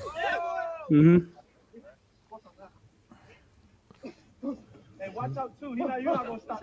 He'll probably catch this black guy, knock him to the ground, then his friend will sucker punch him. Yep. If it goes down like 9 out of 10. Like you're saying, there's these two guys, they're having a fight, and then whack. There we go. Yeah. And they all jump in. Yeah. The noise they're making us to do it. My God. I'd rather watch this. But this, like you're saying, the real world is not man on man, is it? Yeah. OG Snoop says thoughts on judo. Judo is, it's good to learn. If you pick any of these martial arts and go and train, my advice would be find something that you like, that you enjoy, that you will turn up for, because just going and learning anything to, a half decent degree puts you, in the top 1 to 2%, and then you'll be able to deal with most situations, but none of them are perfect for self-defense. And anybody who's trying to tell you that a pure martial art is going to be perfect for self-defense is feeding you bullshit. Yeah. Which is why you will need a weapon of some description. Mm-hmm. Yeah, the weapon's the equalizer. Force equalizer. I mean, probably boxing's probably the best one, isn't it? Because like, if you're wearing jeans, I mean, I don't know. You're the kickboxer. Can you do your kicks in jeans? I can. Yeah, they're definitely restrictive. It's why why I have preference for shorts. But yeah, you can do it in jeans. Oh, right, okay. Yeah. Shoes are the worst. I'd rather take my shoes off. Oh, because they fall off if you kick somebody. No, because they're big and wieldy on the end of your feet, and you've not trained like that ever. You never trained with shoes on, and so it's all really just different. Okay. Okay. Oh, You know, I know Sydney Sweeney betrayed us, but I can forgive her. I can forgive her. What do you think? Hey, Parrot Girl, what do you think of Sydney Sweeney? Oh my God! Please don't call me that. You are the Parrot Girl. You can call me Aubrey if you'd like. Can I call you Auntie? Auntie Parrot Girl. Yeah, no, not at all, ever. Aubrey is good. I carry a gun, so. Oh, that's cheating. Well, I'm a girl. Unfortunately, if you want to get into self-defense, it's the great equalizer. I have convinced women to change their opinions on guns by mentioning that. They're like, well, what are you going to do about some big bloke who attacks you? But if you've got a gun, it doesn't matter how big they are. Right. And I'm a good shot, so that helps. But, you know, I mean, women, you can take self-defense classes. It doesn't matter because you have a disadvantage, right? If somebody's attacking you, you don't know they're about to. So right off the bat, and women, we just don't have the same power and strength that you guys do. So, SJJ, about the weapon issue. Yes. In the UK now, of something we could feasibly get away with, what do you think that would be? I actually did a video on this, and I mean, by the way the law's written in our country, anything that your intention was to use as a weapon before the thing happened. So this could even be, you know, a piece of paper, anything. You know, it's if you intended to use it as a weapon, then you're fucked. You're screwed. Yep. So a steak knife, you're done. Yeah, 100%. Yeah, so long as you're intending to use it for steak, that's fine. If you ever think you're going to defend yourself with it, then it's now illegal. So if somebody comes into your home, what are you allowed to use? Anything. You can. In that case, you can use anything. Okay. You're just not allowed to own it for self-defense. Yes. So you can have a rifle and say like, well, I might have to shoot a hawk or something that's coming like onto my property. But really, that's why you have it. Okay, because you guys can have rifles, right? You just can't have handguns. I would think our laws and in terms of firearms are so strict that you would end up in a real difficult situation in terms of if you used a firearm. Yeah, firearms would be tricky. They're supposed to be locked away, aren't they? Do you remember that guy who shot some farmer? robbers? Yeah.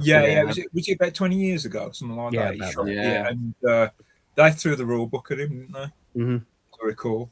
I forget about there was a guy that I remember that there was an old guy who was 80 years old. Two blokes broke into his house. He killed them both with his bare hands. I think he had a screwdriver. Well, whatever. He killed them both. And then I remember the people of I don't know what city it was in, but people laid flowers on the road for the two scumbags that were killed. Yeah. Do you remember this story? Like this is like 5-6 years ago. Do you remember the story? Old guy. Yeah. They felt sorry. They were like, oh, why did you kill these two people? Was he the one that those poor criminals? Was he the one, I think he was arrested at first, but then there was outrage from the other sensible people, and he ended up getting released. Yeah, but there was a fair fight? Sympathy. There was a lot. There was a lot of public sympathy for the criminals. Is the point I'm trying to make? Like people are very strange. People are really strange. It's horrible. Well, that's I think part of the communist subversion. Yeah. Well, it absolutely is. Yeah. But yeah, you are allowed to defend your home yourself with any reasonable amount of force. And it's always the case. If left the property, to make that clear as well. Yeah. If they're retreating, you can't chase after them. That's it. Yeah. Okay. But it's but it's always. I mean, it's always like it's always like, would you rather be carried by 6 or judged by 12 at the end of the day? So in a fight, if somebody like challenges you to a fight, are you like, we have the stand your ground law, right? So we can use equivalent force. Yeah, you can do that. You guys can do that. Okay. I mean, it's not saying there won't be repercussions, but Okay. you do at least have, you can defend yourself legally. Yeah, it's the same here, but you have to be very careful because you can get in trouble. Mhm. Yeah, if Which you go is- and you got to be if they think you've gone overboard, then you'll get in trouble. Yeah. Let's just put it this way: you best have a good lawyer on your side if you're going to do that. Yeah. If you've got a terrible one, that can twist it. Well, like look at Daniel Penny, right? That Yeah. case. He was that lucky. guy would have been hailed as a hero 20 years ago. I think he was lucky to get off. Oh, I do too. Was that the guy on the subway? Yeah. Yeah, New York. Yeah. The former Marine. Yeah, that guy. Yeah. Yeah, I just Googled it, and on Wikipedia it comes up with the murder of Garrett Foster. God. Yeah. Just like He was- George Floyd, the poor I was guy. just gonna say. Poor guy. And Michael Brown. I'm in St. Louis. That's where that Black Lives Matter all started. Thank you. St. Louis. Really? Yeah, Ferguson. Yeah. Oh no, that's right. That's right. Like, yeah, about 20 minutes from my house. Fucking A. Yeah. Hang on a minute. I thought that Daniel Perry, it says here on Wikipedia, he was murdered by Perry had driven into a crowd of protesters during Black Lives Matter. You must have someone else. I've got somebody else. Yeah. Wait, Daniel Perry? No, Penny. Oh, okay, sorry. Right. Daniel Penny. Right there. Yeah. Yep. Different guy. Right, got it. Okay, right. You want to share my screen? Oh, and then it comes out, killing of Jordan Neely. So there you go. Yeah. God. It's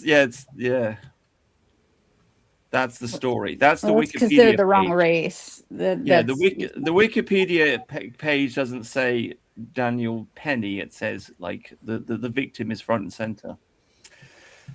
So can I ask you guys a question? So I was listening to this thing that they were talking about how DEI for you guys, like I don't know what your ages are. I think I might be the oldest person on this panel, which sucks, but they were talking about how DEI has affected, a generation of young white men, and like that you guys have had trouble getting into schools, the jobs, this whole thing. And now they're talking about, what are your thoughts on that? Have you guys felt like that affected you personally? For me, I'm self-employed for a reason. Yeah, same. Just because of my location, and I've decided I need to work for myself if I'm to get anywhere. Yeah, I've for me, joined the immigrants. I got the sack for making fun of a tranny. So. Seriously? Yeah, I mean the funny part of the story is the tranny didn't even work there. There was a girl who worked there. She told me that her friend was a tranny, and I said, please tell her not to cut her tits off or like think twice about it. Do you know what I mean? Like, and I said it in a really genuinely gentle way. And Right. she went to human resources. You got Honestly, I fired wasn't for rude. that? Honestly, I was not rude. And she went to human resources and I got the sack. Oh my God, that's insane. Yeah. Well, they're talking about the effect now that's had on like the self-esteem of this whole generation of guys. Like and my cousin got the highest MCAT score at his college, and he didn't get into medical school at any of the schools he applied to. And that's pretty sick. None of you guys were slave owners. None of you guys. But they are making. There was an article. It was all over Twitter last week. I think Elon Musk reposted it.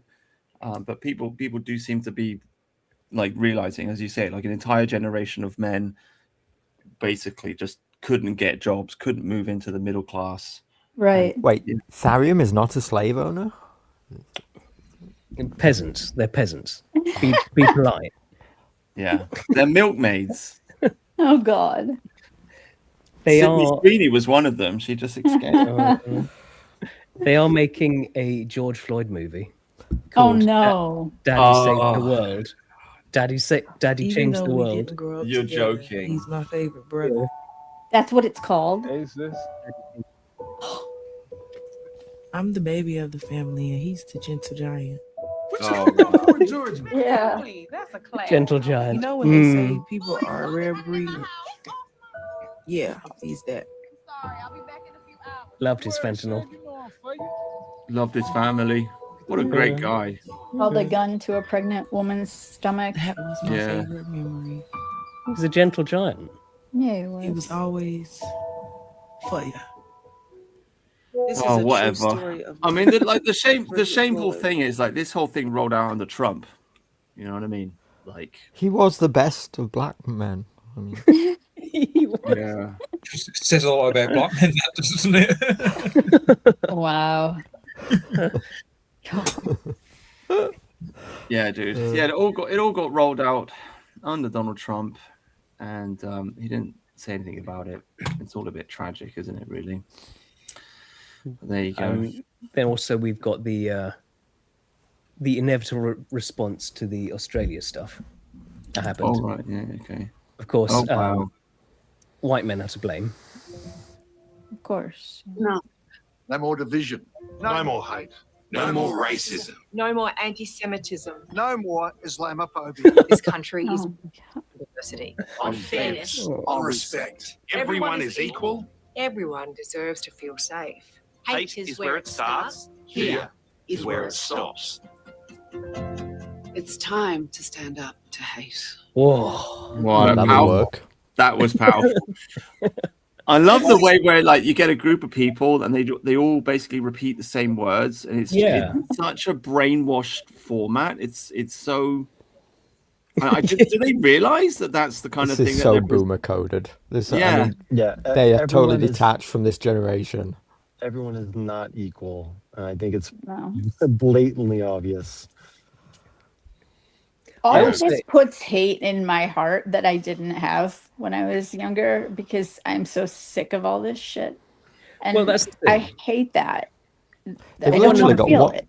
Just a minute, they've literally got one of everything except a Muslim on this group, haven't they? Black man, black woman, Well, what about Chinese this- woman. I think she might That's- be. Is she? She's like an Indian. Well, they can be Muslim. Is she wearing a Star of David? Oh wow, a Jew She's Indian. a Jew. She's a Jindian. A Hindu. A Hindu. Yeah, there's no Muslim. There's no Muslim man there. The person Yeah, who committed the atrocity. Yeah. Well, he's exempt. He's allowed to hate. Yeah. Yeah, but I think everyone's fed up with this bullshit, aren't they? I mean, you do see like the Christ cucks talking about not hating, but and, like hate never builds anything. But you know, I don't agree. You know, hate leads to my enemies being destroyed and me standing victorious over their remains. Mm-hmm. Well, hate is the flip side of love, right? If you love your country and you see tens of thousands of white girls getting raped by Muslims, then there's only one conclusion there, isn't there? And if you don't get angry about it, it means that you don't actually care.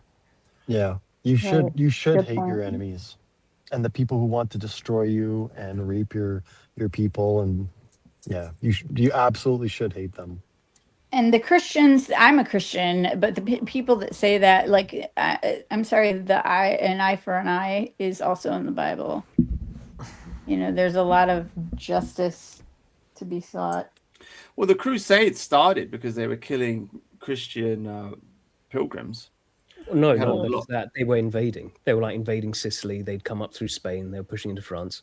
Well, yeah, I know all of that too, but the final, I mean, that had been going on for a century or two, or 3 centuries at that time. But yeah, they were. I think the actual trigger for the Crusades was the murder of Christian pilgrims, and it was just too much, and that people snapped.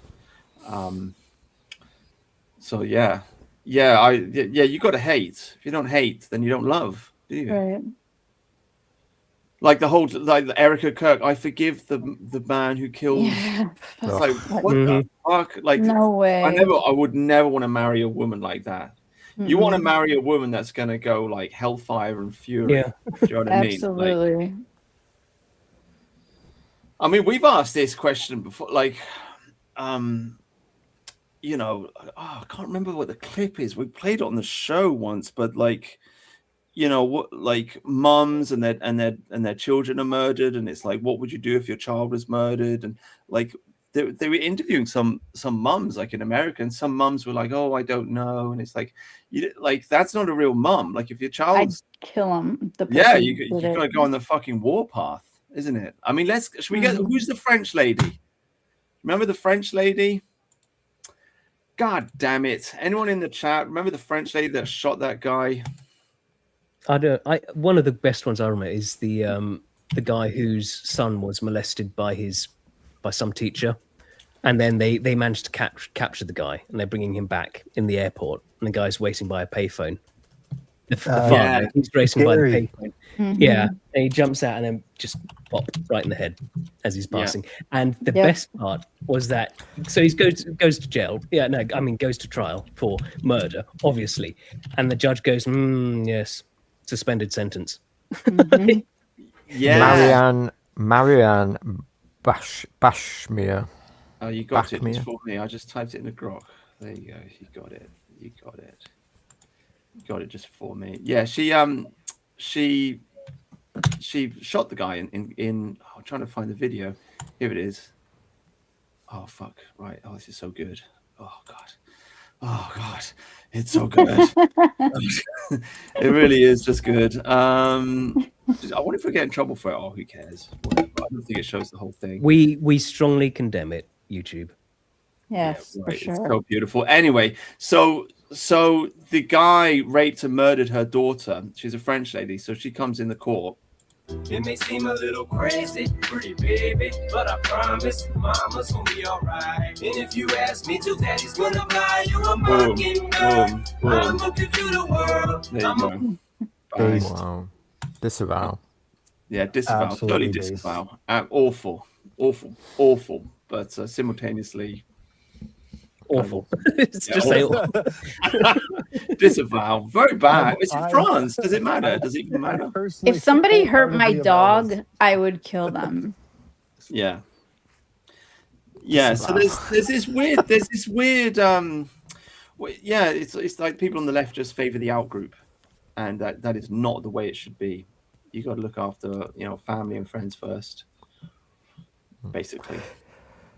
You do, but also, you know, as a higher intelligence person, you have to be clever and understand where your laws are and not fall foul of law, because that sodding Muslim lawyer who's like defended the airport attacker guys.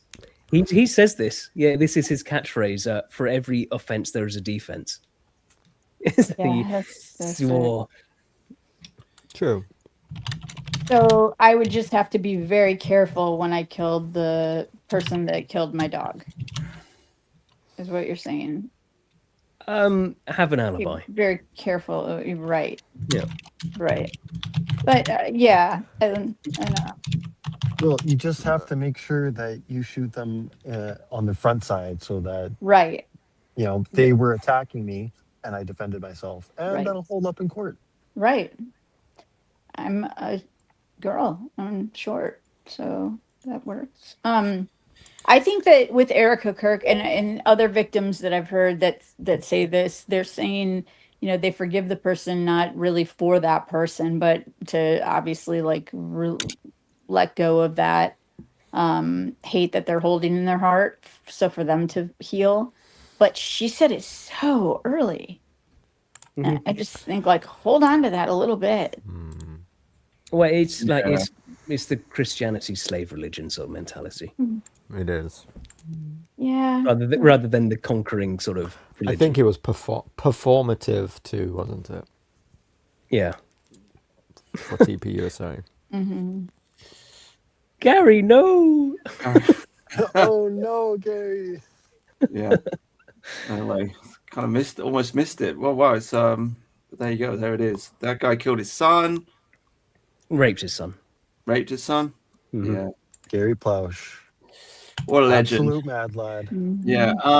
But no, I mean, it's a serious question because I do feel like, we've got these Muslims coming into the country and they're murdering people, and people are upset about it, and it's like, well, what are the fathers doing? You know, it's like, do I have to go out and sacrifice myself to defend somebody else's daughter?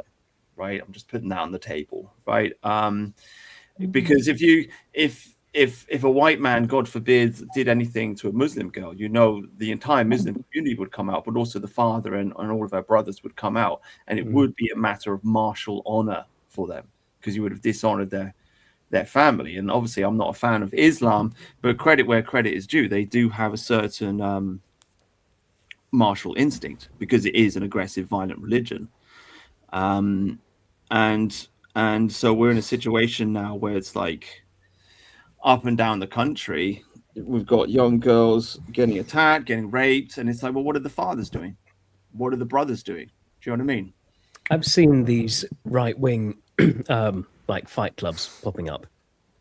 Yeah, I feel like, you know, right-wing guys start like learn to defend themselves. SJJ, possible growth for market. Okay, but my point is, like, you don't need to be a martial artist. Okay, you don't need to be a martial artist to do something. Like, if your daughter is raped by a Muslim, what are you doing about it? Not what is the government doing about it, not what are the politicians doing about it, or the media, right? What are you doing about it? This is what I'm trying to say. Not recommending that anybody does, because this is a peace and love live stream and we're against violence. But I'm just saying. Yeah, but how are you asking that question? And the reason I ask that is because there have been fathers and brothers that have intervened and they got arrested for it. Yeah, well, still, I'm just pointing it out. I'm just pointing out, you know, we for them we're an easy mark, because they know there's not going to be any retaliation. Nobody's going to touch a Muslim's daughter because they know they'll get killed. Basically, indeed, yeah. No, I understand. I understand where you're coming from. You know what I'm saying?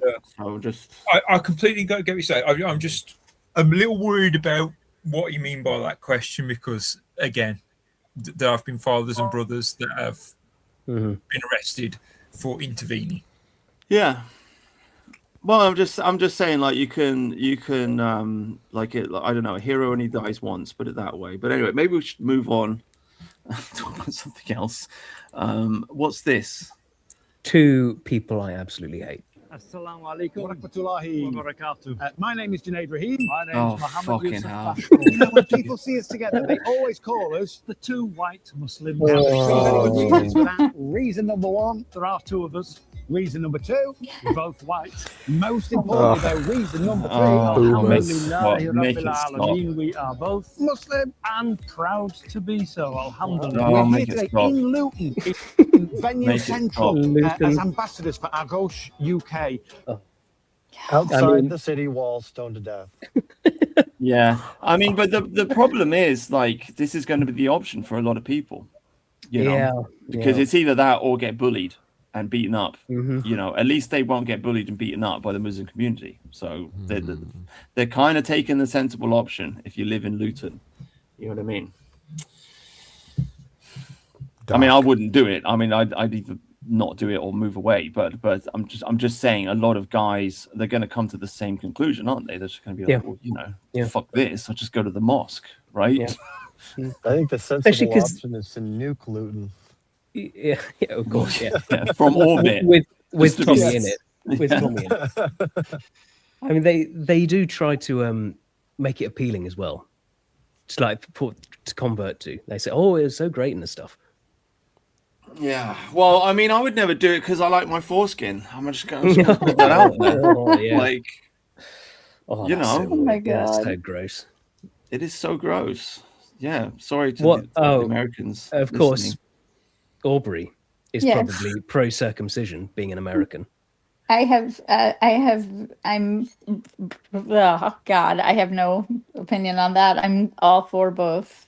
There you go. No. You know the diplomatic answer. Come on, give her a break. No, I actually really don't. I really don't have an opinion. She takes what she can get. Leave her alone. Right. Thank you. Good God, Therian, what were you doing asking me to be on this show? Oh my God. Oh, that was epic.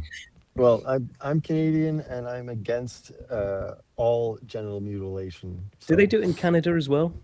Yeah. I don't think it's as popular, but yeah, it still happens.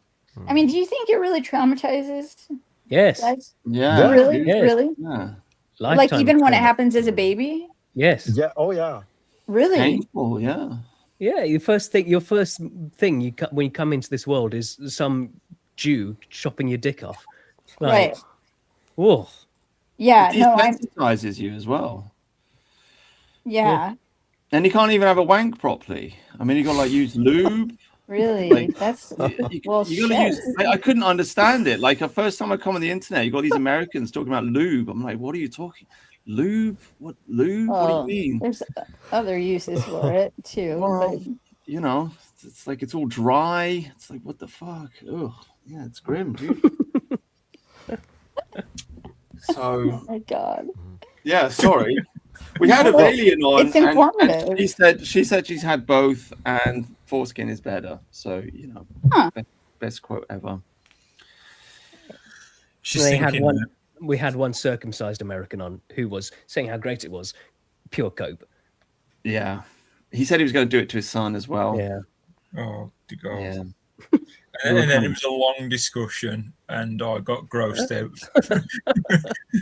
Well, here you go. God's own prototype in the chat. What do you feel about female genital mutilation? Aubrey. Aubrey. Yeah, no, I don't think that I don't think that men should necessarily be circumcised either. But no, of course. I mean, I'm not a fan of female genital. I like orgasms, so. Yeah. Of course you do, with all that literature. Of course I do. That's why I read it. Oh my God, what am I saying? I've got to stop talking, you guys. You guys keep setting me up for these things. Okay, let's talk about what's your opinion on Vikings? Because we've got this girl, and she's been kidnapped by a Viking. We've got we've had 1,000-year-old Viking grooming gang problem here in England with tall, blonde-haired, blue-eyed men taking our English women. This girl's been kidnapped by a Viking. Now she's talking about mistletoe. So we haven't watched any of submit. That's what she needs to do. She's got a problem with one of her eyes. I don't know what's going on there. But anyway, let's see what she's got to say. It's only a short video, so. Oh, look, mistletoe. Even better than a kiss is finding out the ancient origins of the tradition. In the Norse sagas, the god Balder was beloved by all. To protect him, his mother Frigg made everything in the world vow to never harm him. Everything, that is, except a small, unassuming plant. Mistletoe. Loki, the trickster god, fashioned a dart from that sprig and guided Balder's blind brother to throw it at him. The missile pierced Balder, and the world shuddered with grief. After Balder's death, his mother Frigg wept tears that became the white berries of mistletoe, and vowed that never again would the plant be used as a weapon. Instead, she blessed it as a symbol of love and vowed that anyone that passed beneath it should receive a kiss. The plant, growing without roots and never touching the earth, was believed to carry a concentrated life power. It has long been believed that mistletoe stores the oak's life force through the winter, so whoever bears it carries the mighty oak's strength. When you're standing beneath mistletoe, you're standing beneath a plant that once defeated a beloved god, and then was sworn to love instead. Oh look, mistletoe. So there you go, a bit of Christmas history for you. I like the way that Loki's a ginger. I've never seen him depicted as a ginger before, but there you go. Yeah, there was red-headed Vikings. Yeah, they were evil. And also they weren't all blonde. They did bleach their hair. They weren't all natural blondes. Whatever. Those fantasy. Leif Erikson, son of Eric the Red. Yeah. Whatever. Anyway, whatever. So there you go. There's a bit of Christmas for you. Can we ban Grouch Hate W? Because he is bad mouthing our pagan princess. Oh God! In chat. What's he saying? Oh, let the Saxons. Well, he's brown. Yeah. He's brown. Brown. Yeah. Probably a Christian as well. He is. Yeah. Probably doesn't have a foreskin. No, yeah, that's gone. That's long gone. Yeah, it's long gone. Yeah. I'm a Viking rape baby. Oh wow! Oh my God! No, I like the pause there. That needs to be clipped. Yeah. Oh my god, the way you That's the whole said that. story, mate. You know. Well, it's true, isn't it? I mean, if you're in the UK, if you're of these isles, you know, historically, then you are of one of like 2 or 3 lineages, and you know, you've either got some Scandinavian in you, you've either got some Norman in you, or you know, it's somewhere. So yeah, we all belong to the Vikings. But anyway, I mean, she's been stolen from us. Look, I can't get a picture. She looks like a. There is something wrong with her eyes, isn't there? What's going on with her? No, there isn't, Brutus. She's perfect. She's perfect. Shut up. She is very beautiful, isn't she? Look, there you go. Stolen by a Viking, our English girl. Oh, what's going on? What's going on? Kidnapping is kind of hot sometimes if it's like in a book. Of course, yeah, of course. In a book. Like the Fireman's Lift aspect to it. What was actually happening was all the women were throwing themselves at the Viking men, and the Viking men were going, "No, stay away, harlot." Yeah, right. That's the way the QI put it. That they QI suggested the reason it happened is because the Viking men were actually clean. That's a myth. Basically, that idea all comes from a 13th century monk who just completely made up this idea that they were really clean and that women loved them for that. Obviously, it's centuries after the actual time, and that's it. There's no evidence for it, no other sort of sources for it. But it was on QI, and Sandy Thompson said it, so it must be true. I don't know why you're arguing against QI and the BBC, Tharium. I mean, you know what? I give you guys a total advantage though because of your accents. You guys have great accents. Even Mercian. Yeah, me. Like that's very sexy to American women. Oh, hang on, a Brummy accent is sexy to an American woman. Get your coat, Mercian. You all pulled. All of them. They're hot. Where do you live? I'll be there in a week. Oh my god! Wow. Seriously, you guys have great accents, though. Birmingham, you right, darling? Birmingham. You fancy a pint and chips? Okay, I wasn't necessarily like picking one in particular. I'm just saying, you guys over there. Well, I can understand going for the posh like James Bond accent. I'm a bit shocked by the the Brummy accent. What about the Scouser? Right then. An Irish accent or a Scouse accent? Same thing, isn't it? Same thing, yeah. We need to get rid of all the Scouse. Oh, I like the Scousers. Oh, what? They are absolute traitors. They don't consider themselves English. Calm down.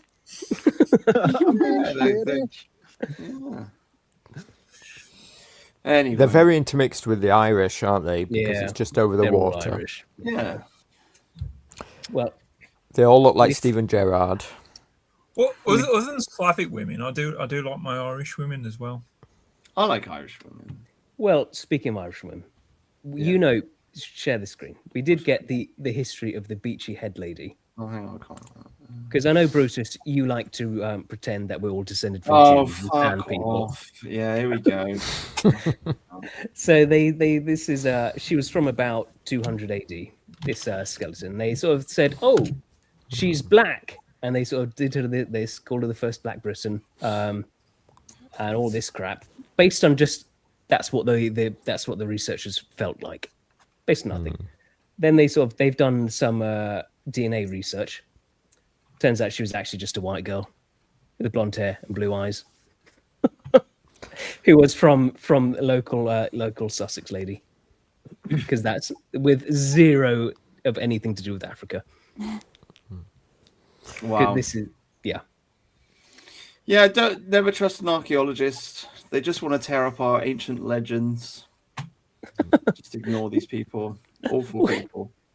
You're just trying to make it out as we're sand people. We're not. I didn't even listen to any of what you just said. Like, I've got no idea. I don't like the archaeologists. Like, I like legends. Okay.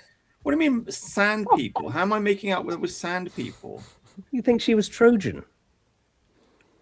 You don't like the Trojans now? Are you such a racist that you don't like the Greeks? Well, the Greeks didn't like the Trojans, did they? Well, that's true. That's fair enough. Well, the Trojans, weren't they Turkish? Yeah. Yeah, but that was before, you know, the what's it? Anatolian Peninsula was conquered by the Turks. That came like a long time after. Yeah, true. Yeah, I mean, the ancient Greeks were white. Yeah. I don't know about the Trojans. You think that the Trojans are sand people? Yeah. I mean, they live in sand, don't they? Thing is, the Romans are descended from them. That would mean the entire Roman Empire is basically sand people. Yeah. And Welsh people are sand people too. Yeah, I mean, I don't extend white to the Med people. Oh wow! Oh god! You know, white is a North Sea thing. That's it. Are people from Birmingham white? From Birmingham? What about Yeah. America? No. Yeah, they're not in Birmingham now. But historically. Oh god! Americans are Well, mongrel. They're a mongrel people. You know, Oh, anything? wow. Yeah. Well, Just all all of mixed of my everything. ancestors are from Ireland, Scotland, and England. So all of them. Okay. Well, the Irish are expelled from the white race. Sorry. Well, here you go. Tell us if you think these people are white or if you fancy them. I suppose. Nope. Hang on. Oh, what the fucking? I haven't seen this. I don't know. Got to hear it. Oh, it's not very funny, is it? Oh, that's a bit shit. This might Sorry. be copyrighted. Sorry, by the BBC. sorry, not very good clip. Let's try this one. Let's try this one. That's the 3-second that we'll have it. Go back. in a moment to clip this out. No, because I think you three just three went- seconds he can go. Oh, No, god awful. Whatever. Deport them all back to Ireland. Whatever. I mean, Make a cup of tea or don't. Just get off my frigging back. Don't talk to me like that. I'll break your frigging neck. All right. Okay. Come on, calm down, calm down. What are you cup of tea we're talking about here? anyway, look, I like to play it because, in case you Americans don't understand, basically in the 90s, everybody watched Harry Enfield. Harry Enfield was brilliant because he made fun out of all the different groups within England, whether it was Scousers or it was posh people or it was teenagers or it was old people or whatever. But he kind of like made fun out of everybody. Everybody watched the show. Everybody thought it was funny. And we were able to laugh at each other. Mm-hmm. And everybody knew that clip. And in fact, you can still say this to people. You can go, right, calm down. And everybody knows what you're talking about. It's just like as I did not half an hour ago. Yeah. Everybody knows the skit. But we can't do that now because the country's full of foreigners. And if we wanted a Harry Enfield in 2025, you would have to make fun out of Pakistanis, and nobody's going to do that. I'll do it. Yeah, you'll do it. Yeah, but you see what I'm just making I mean, it's an obvious point. Right. I know you guys though. understand it, but I'm just saying, like, once you fill your country up with foreigners, you can't laugh at yourself anymore. You know, the friendship is gone. You know, so it's very sad. What have we got here? This one you'll like. Did you see the farmers' protest in Brussels? Yeah, fucking banging. Bring it on. Yeah. Let's So go. there was the EU wanted to put in some laws, some free trade stuff with South America that would just completely undercut the European farmers. So they started Brutus's march on the EU Parliament. Well, did you see Sargon and Peter McCormack talking about it? Yeah, because I think Sargon's on. I think Sargon's on your side. Yeah, they literally sat down. They literally sat in an interview, and I mean, I could find the clip. We watch it if you want, but it's at roughly the 2-hour mark. And they're talking about 1 million people march on Parliament. I don't think the police will keep us out. I mean, it's there. It's on the cards. Yeah. So I mean, you call me crazy for saying we need a march from Parliament, but people are talking about it. We've reached that point. Okay, we've reached. Maybe they did this by watching our streams, Brutus. Maybe that's why Brussels happened. Maybe you affected that. Shut up! It's Brutus's meme magic. It's Brutus's meme magic seeping through. Well, I have been in Peter McCormack's Twitter feed posting repeatedly to every single thing that he says. We need to march on Parliament. So maybe he's read it, and subconsciously it's affecting it. But I do believe in meme magic, And if everybody just started saying it, then yeah, actually, it really could happen. Well, I'm not going to get angry. I personally believe it, Bruce. I personally believe. I think you were very much part of that. All right. Although you don't seem too convinced. No, good. I'm happy. I'm bringing you round. It's good. I just feel like I got angry last week and I shouted at people. You never not had me, to be honest. Oh, mate, love you. Aww. Although what about SJJ, you, are you and your Deliveroo mates? You're going to march on Parliament and demand a general election? Look, the problem with this is, I think things need to be worse in order to get away with it. Because what you're calling for is like a colour revolution of some kind, and I just, this is a terror.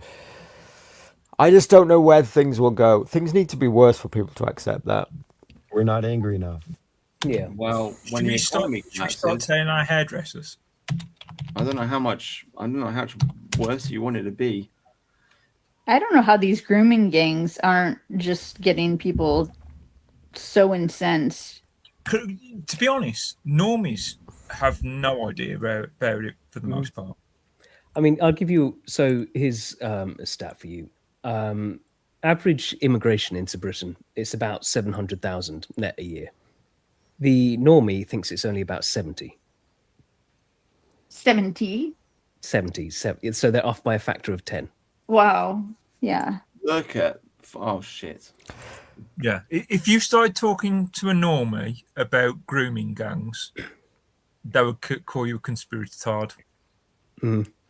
Yeah. Can I just be clear? Somebody in the chat is saying, no, how much worse? I get it. Things are bad. I'm not happy about the state of the country. I think this government is a disaster. I'm talking about what the average person out there understands and whether they link it to the betrayal and treachery of the current government. Look at this. Look at this. That's the worst thing about being plugged in, is that you are aware of this, that other people aren't. Yeah, it's so frustrating. You can't talk to a normie about all this sort of stuff. You just can't.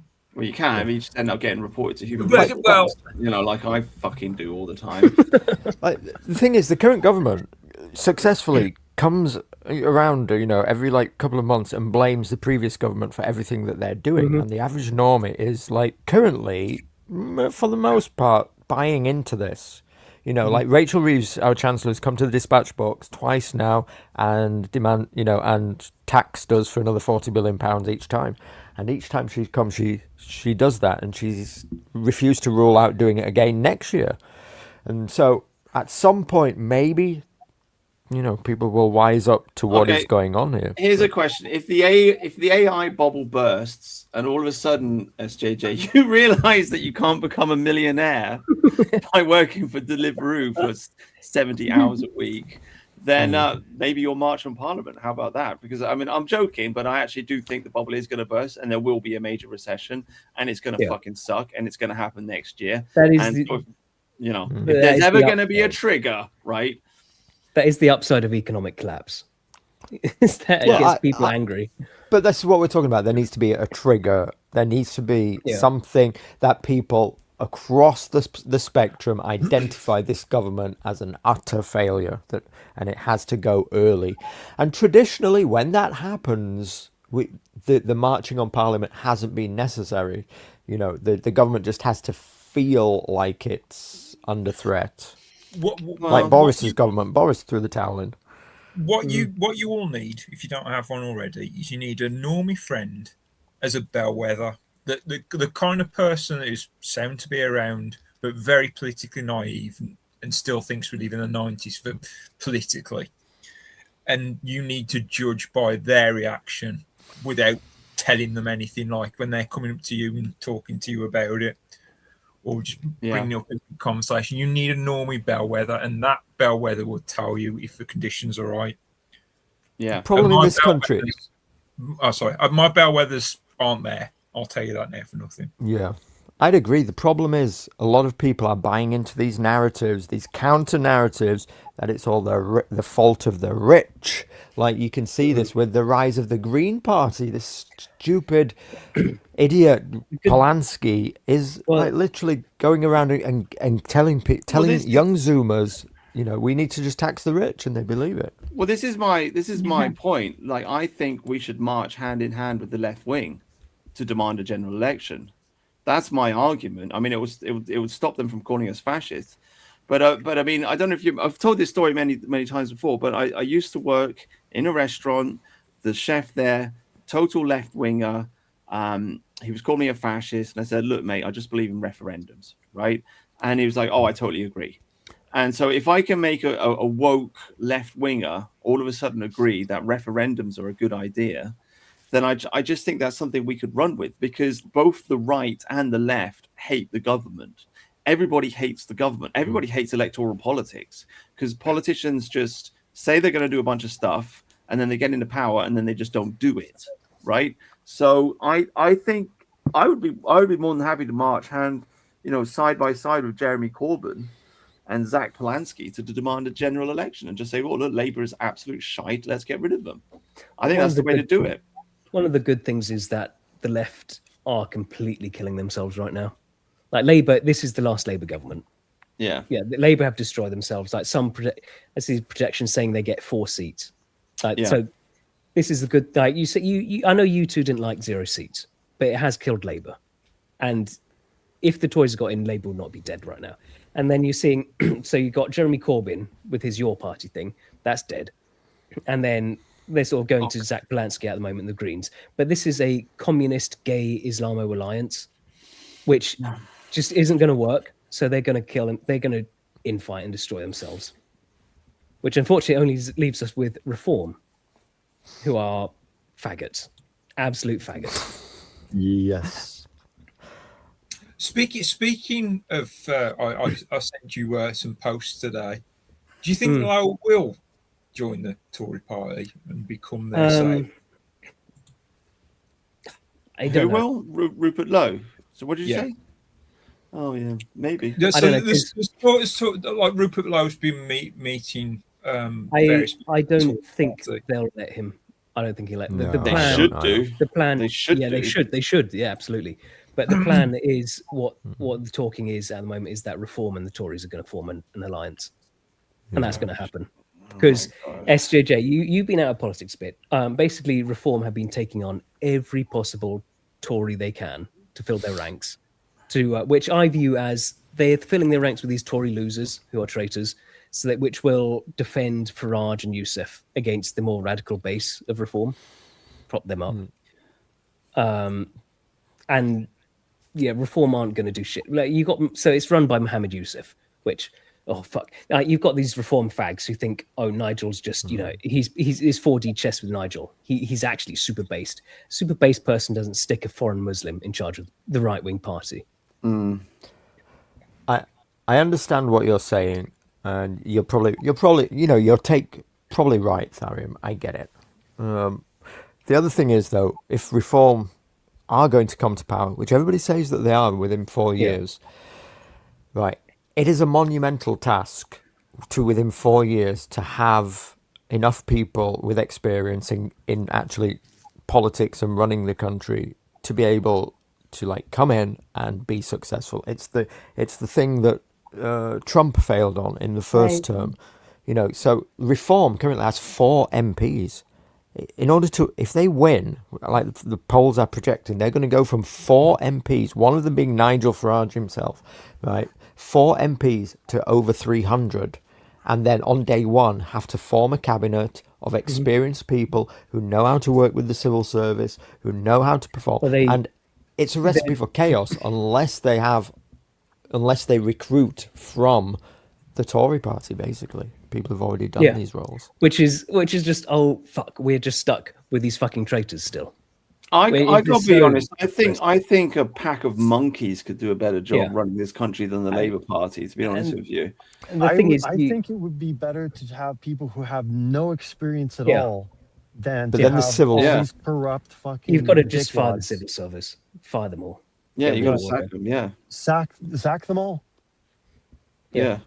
But you know, the real danger I see going forward for our country for like the next few decades, unless you know how things are playing out, is that we just descend into chaos, and you know, like the chances are reform are going to come in and be as incompetent and badly run the country for 4 or 5 years, you know, as the first Trump administration was, and then we'll get rid of them, and there'll be some other mess of, you know, that our institutions are broken, and you know, if they continue to deteriorate as they are, we are headed for a couple of decades of real, like, just zero, you know, probably recession, zero growth, chaotic government. You know, this isn't going to be a good time to live in this country. It's not going to be good anywhere. Well, That's the thing. This also is happening everywhere. look at how many people, white, like middle class or just white, like families in general, are how many kids they're having compared to the other populations.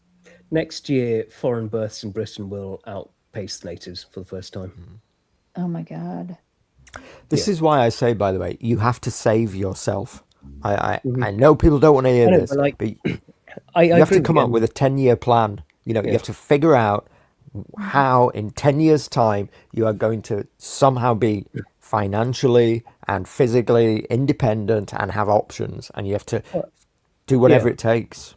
Yeah, I'm also sort of that mindset, but I'm like, you know, there's the reform fags who are of the delusion that foreign Muslims are going to come in and save the country. But I'm of the opinion that would be nice, but it's not going to happen. So I'm sort of thinking, well, like you were saying, how can I I think the chaos is inevitable. And it's like, well, what can I do to sort of survive the chaos? Bank on nobody coming to save us. I've mentioned this before. It's a left-wing thing anyway to wait for government to come and fix everything. You know, this is deeply left-wing coded. You know, you have to save yourself. People don't want to hear this. They say, it's just self-improvement nonsense. No, it's not. The chances are that, you know, of political revolution in your lifetime that radically fixes the country and without chaos are very slim. Save yourself, you know, make a plan. And you're accused of like when I've said this, I've been accused by reform fags again of, oh, you just want the civil war. You're just laughing. It's not about wanting it, right? It's about seeing the inevitable.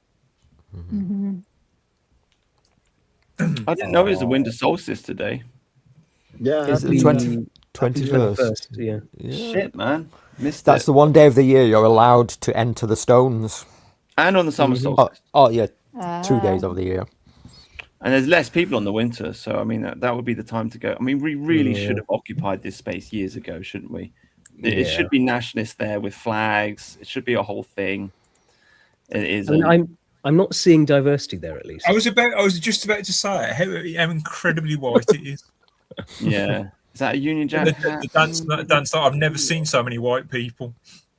Oh, look at those filthy white hands. Terrible. Probably like a virgin was murdered on that stone like 2,000 years ago. The good old days. Good old days. Oh, God. Virgin sacrifice to the pagan gods. But seriously though, we should, like, I don't know, like I'm blaming myself when I say this, but we should really dominate our stone circles. You know, they should be national. There's a lot of them, and there's like Stonehenge is the big one, but yeah, there's lots of little ones all around the place. Burial mounds as well, all the burial mounds. Yeah, but our long dead ancestors should be honoured. Look, this guy impregnated his girlfriend on the stone circle. Oh wow! At the summer solstice, and now here they are. Absolutely, base. Return to the moment. We need a summer solstice sex party, impregnation party. At Stonehenge. Ladies, just come along, get your kid off. We're going to make white babies. Boost those pagan numbers. Boost the pagan numbers. Mjolin Rathi the movies. I don't know. Happy Yule to you as well. Happy Yule. Yeah, how's it going, bro? That's Molnir. Molnir. It's Thor's hammer, isn't it? It's David Yorkshire. It's David Yorkshire, yeah. Yeah, he was. How is it? Oh yeah, we interview should with talk you. about your show, SJ James. So what's the deal? What's on the cards? So you've interviewed probably a little. We don't need to promote it because everybody knows. Everybody knows. Everybody that's watching knows. But Is this going out on your channel, SJJ? who you got lined up? Yeah. Nobody. It's just happening off the cuff, basically. Oh, it's off the cuff. Oh, okay. Yeah. No big guests. None. I'll have Colin Liddell on at the end to finish it. There's the big announcement at the end. You're gonna finish off. Finish off. Sorry. You're gonna finish off with Colin Liddell. That's quite the happy ending. Colin Liddell will be, will complete the Finishing you circle off. again. You'll complete the circle. Yeah. Well, I don't know. I mean, so you don't have any plans? I mean, we're here to help. Look, I don't like all the pressure of it. You don't like the pressure. Yeah. Last year I did, I think it was 30 or 35 shows. Yeah. Over 2 weeks, and it was a lot. This year I've done 10 so far. I'll probably get out. There'll probably be another 10. There'll probably be another 10. Right. Okay. Do you feel like you've been cursed by SJ James? Because it's the curse, isn't it? Like Millennial, they've done, he just does it once a year and he can't be bothered for the rest of the year. And the same thing's kind of happened to you. Yes, but part of my thing is it's a reaction to Millennial, and part of my thing is to mock the fact that Millennial he takes himself so seriously, and he believes it's such a wonderful artistic project. Like literally on a show the other night, he talked to a guy and he literally was saying that the graphics for this year took him 3 months of of work, of solid work, and that when people see it, they understand just what hard work has gone into such a classy product as Millennial this year. 3 whole months of hard work just went into the graphics alone. Wow. You were right. So my show is a reaction to this, and so it has to remain flippant and just casual. Yeah. I can't ever. If I ever take myself too seriously, I lose. You were right about how depressing his trailer was this year. Oh, I haven't seen it. I haven't seen it. Where do we watch it? Can we watch it? Where is it? It's on YouTube. It's going to be on Rumble. I think it's on X, actually, a lot of it, but it's definitely on Rumble and Odyssey. I'll find it. Okay, I'll find it. I'll find it. Yeah, I mean, no, I agree. There's got to be a counterbalance to Millennial. It's a demoralization show now. I'm sorry. This is my whole problem with what the dissident. Let me have a rant here. What the dissident right. This is what I'm looking for. This is what I'm looking for. Let's get into it. Yeah. SJJ's problem with the dissident right is that it's lost its revolutionary potential that it used to have. It was an exciting, emergent movement at the time. Brutus was a part of that in the early days. Now, what has it become today? It's a bunch of people who are demoralized to the core, and they sit around and yes, the issues are real, but all they do is complain and moan and say how bad it is, how terrible things are, that there's, basically that nothing can be done about it, and give me money whilst I talk about this. And this is not good for us. There has to be some positivity. There has to be belief that we can overcome this. Like the alt-right did have at the time. It had a vision, something that's just entirely subsumed by negativity is only going to fail. It's terrible for us. I don't know, SJJ, being negative, moaning, getting money for it. It sounds all good to me. Yeah, dude. Watch this. Let's watch this horrible. This is right. Let me set this up. This is 11 years in the making. We are here at the start of the Christmas festival. Right after 11 years, the zeitgeist of the age is remigration. The energy should be that we have changed the conversation. Here we are. We are on the forefront of the zeitgeist of the age. We are the movement. And this is the trailer for it. 11 years of work.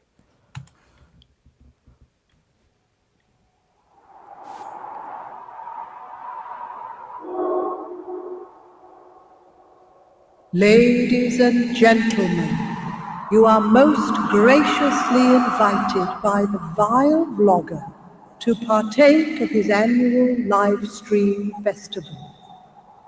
In this year 2025, as in the years before, there will be jollity, there will be warmth, and we will endeavor to understand what has passed and imagine what is to come.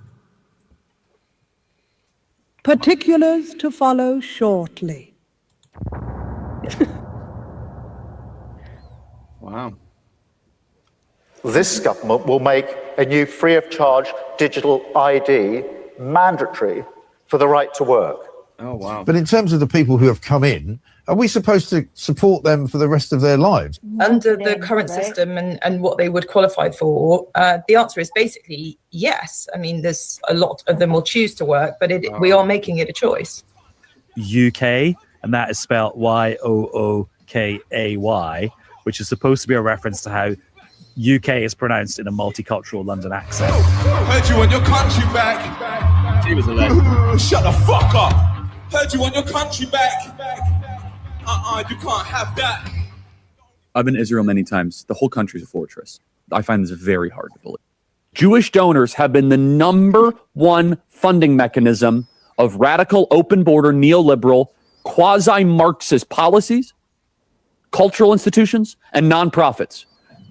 The philosophical foundation of anti-whiteness has been largely financed by Jewish donors in the country. Wow. I have less ability sometimes online to criticize the Israeli government without backlash than actual Israelis do.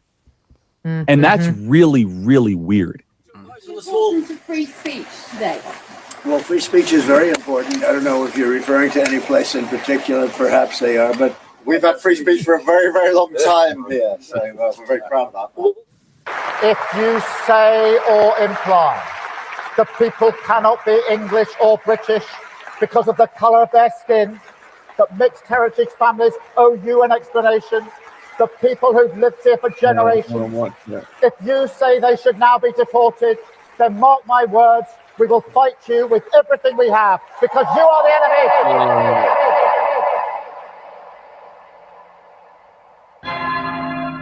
No.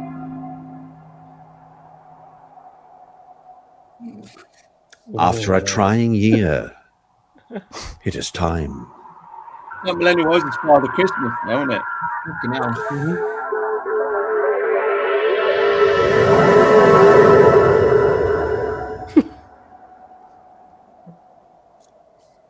The jollity and the warmth will begin on Thursday, the 11th. 54 interviews, 7 AMAs, 5 banquets, Christmas cards, and for the first time, the memorial stream. Oh, wow. Join us once again. Okay. I'm sorry, but this is so demoralizing. This... It just made me mad. Yeah. I mean, it's quite powerful. I mean, it's fucking depressing. You know, it's depressing. It's dark. You got to give him that. I mean, you got to give him respect for carving out a niche. You know. True. Yeah. But this is the product of deeply demoralized people who, you know, that is, you know, so dark to use that murder as well. You know, on the subway there, at, you know, the start of the Millennial Festival. Yeah. I think words have power, you know, and I think it's why you've got to be really careful about what word you use or what name you use for your nom de guerre on the internet. And if you're going to call yourself Millennial Woes, you are going to attract negativity. And you got to be really careful about that. I mean, another example would be Morgoth, you know, the King of Dark, the Prince of Darkness from Lord of the Rings.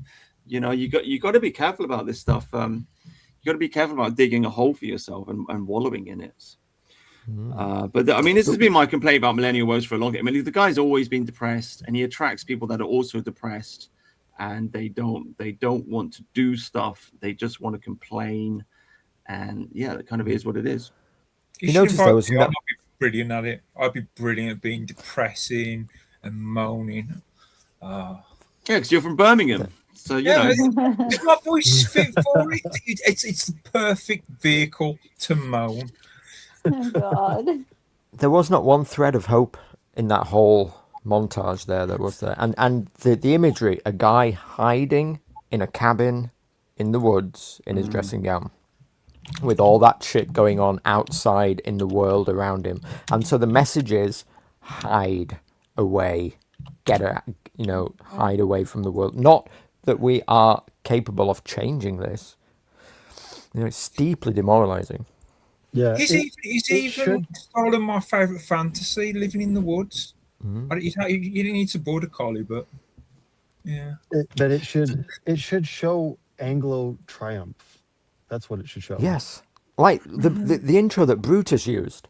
Imagine something like these are the memes. A great point. Yeah. These are the memes that we should use to inspire people going forward. And I understand there are people who are, downbeat and upset about all this, but you can't be a vanguard who is just demoralized.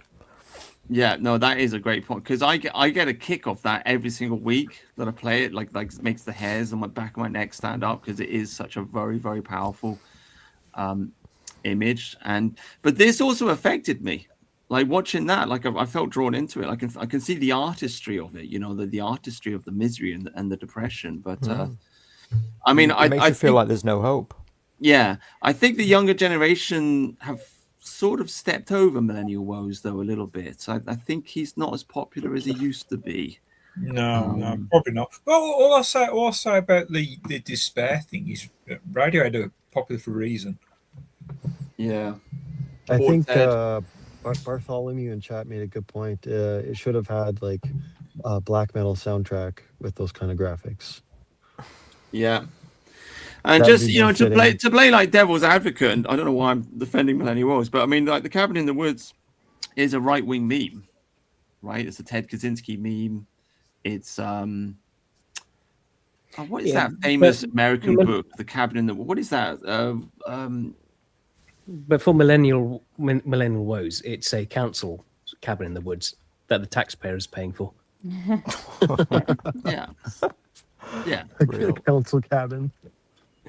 I think like throughout history, you guys have overcome, and I consider myself you guys because, again, my family does hail from your area, but you guys have been the innovators, and the men who have come. I mean, just watch the movie Zulu, right? Seriously, Yeah. I mean that was unreal. The victory there.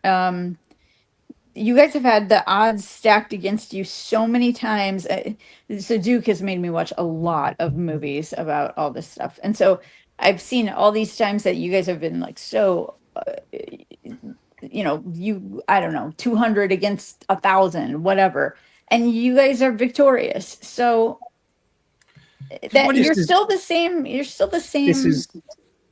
This is my profile. I always have it's not so over so long as one Saxon still draws breath. Right. Mm-hmm. Yeah. So we watch this. I mean, you guys have been the ones that have basically been in charge of like everything in the world, all the different. I mean, not before you get every into that, but Aubrey, can you just, because you're an American and you're on the stream, right? I'd just like to ask you the question, because one of the points I make repeatedly, I've pushed back against all the Nazi stuff because I don't like it, because I'm not a German nationalist. My point that I try to express to people is that there's probably roughly 200 million Englishmen in this world. If you consider the men in England and Canada and Australia and God knows how many in America, obviously it's a bit more mixed in America, but I would say I think you could roughly argue that there's probably about 200 English people in the world, sorry. And I think you could probably argue that we are still the dominant ethnicity of this world, and that it is a mistake to rally behind German nationalism. We should really be rallying behind the English master race. So, I mean, as an American, like, How do you feel about this? Because one of my complaints about, or one of my observations about Americans is that it does seem like Americans have daddy issues. In that, if you talk to a Canadian, well, we've got a Canadian on the show. If you talk to a Canadian or an Australian or a New Zealander, they don't have any problem admitting that they are a colony and that they have, English ancestors. But when you talk to an American, they seem to be in denial that England is their homeland. So how do you feel about this? I don't feel that that's true at all. But I mean, I'm into genealogy. I've tracked my family back to 1100 in England. So, maybe it's just because of that. But I don't, I think even just growing up in school and everything that, when I was first on Splendid Isolation, I was shocked at like how much American shit I was getting from everybody. And this was a couple years ago. And, but it did get better after Trump was elected. I will say that. But I said to them, I was like, you guys, I've never heard anyone ever say anything bad about the British ever, like over here. Ever, hear it like so much. ever. You guys I've heard are it so our much. ally. I mean, I've been to America as well. I've heard so much. Yeah. Like, there is Against you guys? Yeah, I've heard Against so the much British. too, yeah. They especially No. hate the British. There is so much British hate. I have no idea where you visited, but You see it online as well. In politics, political figures. A lot of MAGA, a lot of these MAGATars. P begins with P. Something. Jack Prosobiec. Always fucking shitting on us. Yeah. Like there is so much British hate. Especially well, I don't know. I feel like the American Revolution. I'm proud to be an American. I definitely am, but I also feel like I hail from over there, and Well, so that's like the revolution. You see a lot. God, you see so many times Americans going, "Yeah, we kicked your ass in 1776." It's like, who the fuck is this we? You mean a bunch of English people fought? Right, exactly. Yeah, it was an English civil war. Because it's English and English that won, right? And But it won they and don't. lost, right? But like this is Brutus's part about the daddy issues. They don't. They've sort of, I don't know. That English identity is sort of just been beaten out of many. It's like Alex Jones. Alex Jones keeps on banging on 1776, and it's as if they've got this kind of like communist kind of like year zero conception in that the country began in 1776. And if you talk to an American patriot and you scratch a little bit below the surface, they'll all start talking about the red jackets and how we beat them and this kind of thing. Maybe you've never encountered it because you're a girl. No, that's not true. I come from a military family, so I've grown up hearing people talk about this stuff. I just don't. And in school we talked about this, but I've never heard anything. So I think they teach things differently now, but the way they taught for us, like we came over from England. This is who we are, and that's how we were taught. I doubt that it's the same way now. Who knows what they're teaching kids now? But I've just never heard anybody say anything against the Brits ever. I think the Eastern Europe. Yeah, maybe you're just not in a conversation about us, or it's sort of like I get it in the neck from Americans because I have this thing about American thoughts coming back to Europe. I mean, I bring this up nearly every stream because basically, I have this idea that civic nationalism is actually just American nationalism. And it doesn't belong in Europe. It's weird to have that kind of nationalism over there because we're not a propositional nation, and we have a lot of propositional nation being thrown at us. A lot of you left is sort of saying we're a secular nation, we're not a Christian country. Well, arguments aside, we are supposed to be a Christian nation, and you could argue whether we are or not, but we're supposed to be. Mm-hmm. You see, like Bartholomew Musgrave there saying there are more ancestral Germans in America than there are British. No, there's not. There's not. They just don't accept the British identity. They will say they're anything other than British, Irish, Scottish, German. They just refuse to acknowledge the British part. I just don't Let think me show you that's this. my experience at all. Let me show guys. you this video, or Audrey. I'm going to keep calling you Audrey. That's not your name, but That's anyway, all right. let me show you this video so that you understand what I'm talking about. This is the kind of thing that I used to encounter all the time in the old days in the alt-right. You don't see it so much these days. I think things have changed, but nonetheless. Yeah, I think personally that if Germany falls, that Europe's lost, because everybody who study history has known that Germany has always been the backbone of Europe, and the situation over there right now is it's more than worrisome. It's a precarious situation. They can't even have dissenting opinion without going to jail. It's like I don't know how they're going to push back and fight this infiltration that they're up against right now, man. Like England, for example, I think England's 50, maybe 20 years from now, that's going to be an Islamic country. Oh my God. With the way things are going. Honestly, they still want to keep supporting more. Not to jump on like the Anglo hater train, but it'd probably be better off fucking the Anglo hater train. They became Muslim. Goddamn, Britain has fucked up so much in Europe. Britain has fucked up so much in Europe. They're on the wrong side of every war. They've gone out of their way to destroy Europe. They're disgusting. Yeah, but I don't mean that for British individuals as themselves, but they can't deny what their country has done, and even with their imperialism, they opened up a lot of the white world to the brown world through their imperialism, and then through letting it fail, and then not only letting it fail, going on a suicidal war against Europe, and at the same time letting all their colonies fail because of that. It's they've been on the wrong side of so much. They're a part of so much evil. I've always said like England is like, or the English are the Jews of Europe essentially, and it's God is fucking good. But that's not against any individual British person, but they have to account for what their government and their arrogance has created, and they've been in bed with the Jews since Cromwell and before. So it's I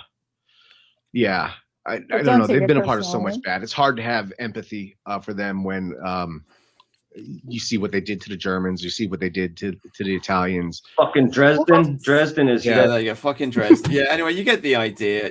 I've never heard anyone say these things ever, not in university, not in school growing up. I think these are like very bizarre statements. I've never heard anyone talk about Germany being our forefathers more than England ever. I've never heard that. Okay. Well, this is like, this is again back to like my thought point. More people like think they're German than British in America, which isn't true. No. You guys, we were taught about coming over here on, the Mayflower, blah, blah, blah. We weren't taught about coming over here from Germany. It's probably just a white nationalist alt-right thing. But if you get into ethno-nationalist circles, you're going to meet a lot of neo-Nazis, and the neo-Nazis hate the English because we beat Adolf Hitler, basically, and because we bombed Dresden. And so, I mean, that's kind of what's going on. I mean, America was part of that. So... Yeah, it doesn't really make sense. No, it doesn't. I mean, yeah, but it's not your fault. It was evil Churchill that dragged you into the war. It's not the Americans' fault. I see.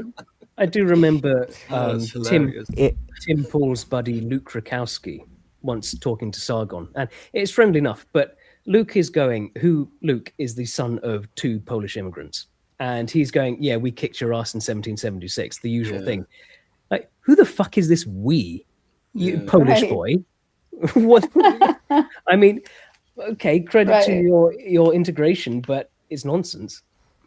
Yeah. Right. Yeah, dude. Yeah, I mean, I don't know. Aubrey. I mean, maybe you just don't have much experience with the alt-right, but I mean, yeah, back in the day, basically the Nazis don't like the English. That's the story. And there's a lot of American neo-Nazis, and they kind of shit on the English. And there's a whole section of English ethno-nationalists who just kind of suck it up and they take it. Because they want the donations from America. Sorry, go on. I'm sorry. I didn't mean to cut you off. I just have never heard anything other than that you guys are our greatest allies, and that there's almost like just kind of a well, I mean that's what we're there's told here. there's another greatest ally though, isn't there? There's another. Well, okay, I get where you're going with that, but yeah, I don't know. But I will tell you, on Splendid Isolation, the first time I was on there, they were like, well, essentially we won the Revolutionary War, and I was like, well, did you though? Because Yes.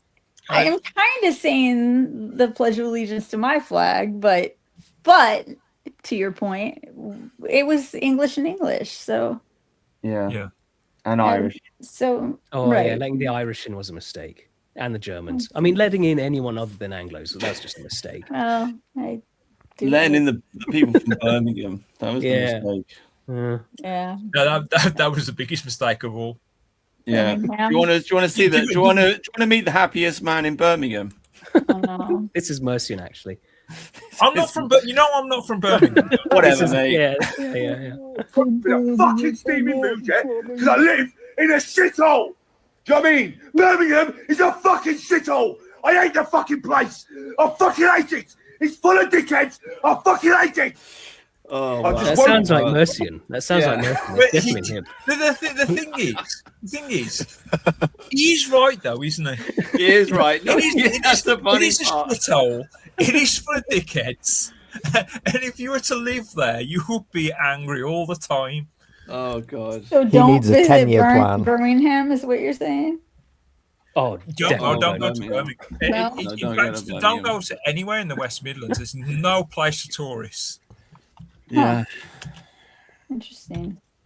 Yeah. Honestly, if any of you are that guy, you need to figure out a way to exit your situation within 10 years. Figure it out. Get a 10-year plan. Otherwise you're going to be stuck. 10 years goes by like that. Well, and aren't they saying to like really get out of the cities too, the big cities, and like try to. Yeah, what you got to do is you got to come to the West Country, right? Real England is in the West Country, so that's Cornwall, Devon, Somerset, and that's where actually the only English people in the country are actually from the West Country. Everywhere else is kind of fake and gay.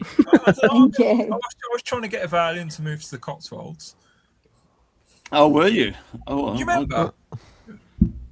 So my last name is a town there in England, but I can't. I don't know. It's horribly embarrassing. I don't know exactly where. Birmingham. I kind of do, but I can't say it because I don't want to like say my last name on. Your name's Aubrey Birmingham. It's not Aubrey Birmingham. I will tell you that. Is it Wolverhampton? No, it's not. But I will tell you, I have a very English name because Aubrey Elizabeth, and then my last name I will not say. Aubrey Elizabeth Fish and Chips. Yes. No, not at all. I've never been there, Bruce. Is it any good? It sounds good, doesn't it? Tikka masala. Tikka masala. I reject all Indian slop. Piers Morgan can go fuck himself for that. Yeah, me too. You, Piers. While we're on the subject of food, while you're on, what do you think about the war against English food? Oh my God. Okay. Not to bring up the other podcast again, but I was in the chat and made the mistake of saying something about hearing Duke talk about some food items that I thought like black pudding, right? Is that what it is called? Yeah. And I was like, oh my God, that sounds. Everybody stopped the podcast, turned on me. The whole chat room turned on me. And I was like, oh my God, I'm so sorry, you guys. Well, you kind of are what you eat. Yeah. Yeah. So if you reject your national cuisine, then you're kind of rejecting your well, nation. I've not been there, so I don't know. But just the one thing sounded horrible. Black pudding sounds terrible.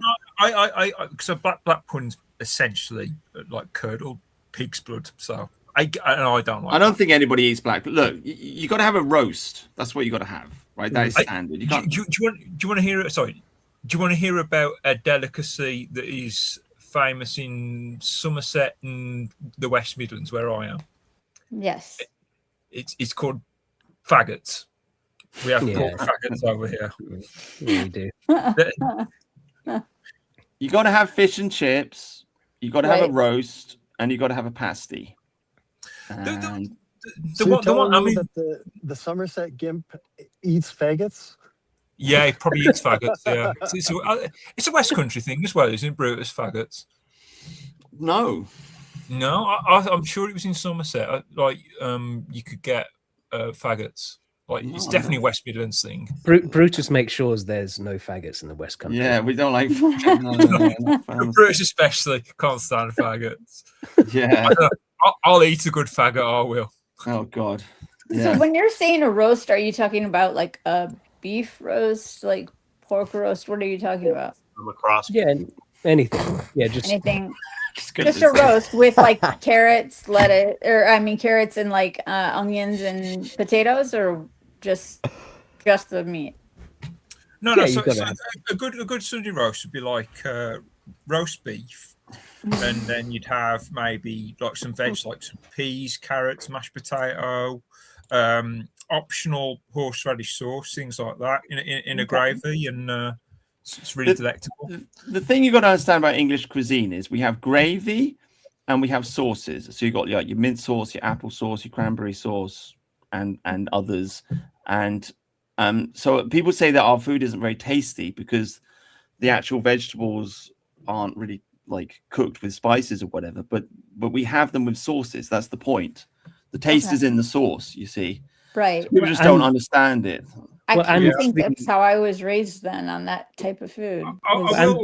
There's two things that upset me about Americans and English food. The weird thing they have about like beans on toast, which is essentially our version of peanut butter and jelly sandwiches. It's like that's the level it's at. Really? That sounds very different. No, like the kind of comfort food. Like no one eats. Okay. Imagine in America, no one eats a peanut butter and jelly sandwich as like a main dish. That's how we treat beans on toast over here. But the way people in America talk about it, that's all we eat. And the other thing is sort of like the whole mince pie thing. And firstly, I'll say, as an Englishman, I have no idea what goes into a mince pie, but it's not what you think it is. Yeah, it doesn't matter. It doesn't matter. No English person knows what's in it. It's essentially dried fruit of some description, and then they're really tasty. Christmas cake's dried fruit anyway, isn't it? Mm-hmm. Yeah. It's a fruit cake. That's what it is. Yeah. A good Yorkshire pudding with your roast. That's also good. Oh God, yeah, Yorkshire pudding. And pudding is not what we call pudding. Yorkshire pudding is like a batter of eggs, flour, sort of cooked up in like a little, like a flan? maybe muffin shape sort of thing. I think you'd understand that. Okay. But it's you got to have one of those with a roast. Huh. Well, I want to get over there within the next year, so you guys will have to be my travel guides. Tell me where. Are you like a honeypot? Come to dox us? Is that what's going on here? You like is that CIA? What? No. Ex-military. Your father's in the military. Okay, all right. He was. He's not. My only advice about visiting England: the further away you are from the West Midlands, the happier you will be. Yeah. Okay. I'll let you check her out first, Mercy. And if she's all right, maybe I'll meet her. I'm very sweet. I'm a very nice girl. Herefordshire is quite good. Yeah, that's far enough away from the West Midlands. You can get away with it.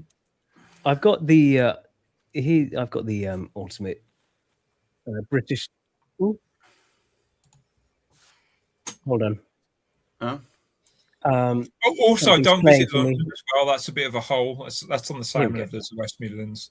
Right. I've got there's this. You've called Billy blog, so there you go. You're in there. Nice. That's how you pull, but Billy. That's how you pull. Just get it right out. Yeah, stop messing around. Yeah. So there's the ONS survey map, which was taken. This is your basic travel guide, right? So you see the dark blue areas. Uh-huh. Yeah, in the bottom, you see that tells you where you can go. Yeah. Okay. The light ones, don't go. Yeah. This is the basic travel guide. So you skip out this part. Miss Birmingham, we're Mercy, and so that's bad. Liverpool, bad. This part, bad. Manchester. Bad. Yeah. This is West Country here. This is Brutus's part of the world. You see, glorious. Glorious. Yeah, basically London's full of foreigners, and Manchester and Liverpool are kind of like merging into one city, and that's full of foreigners, and Birmingham's full of foreigners.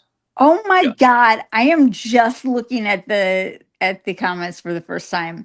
First of all, Billy Blogs, you are a dirty man. And it's like an infection jar. Huh? Okay. And then I'm a charmer. Well, anyway.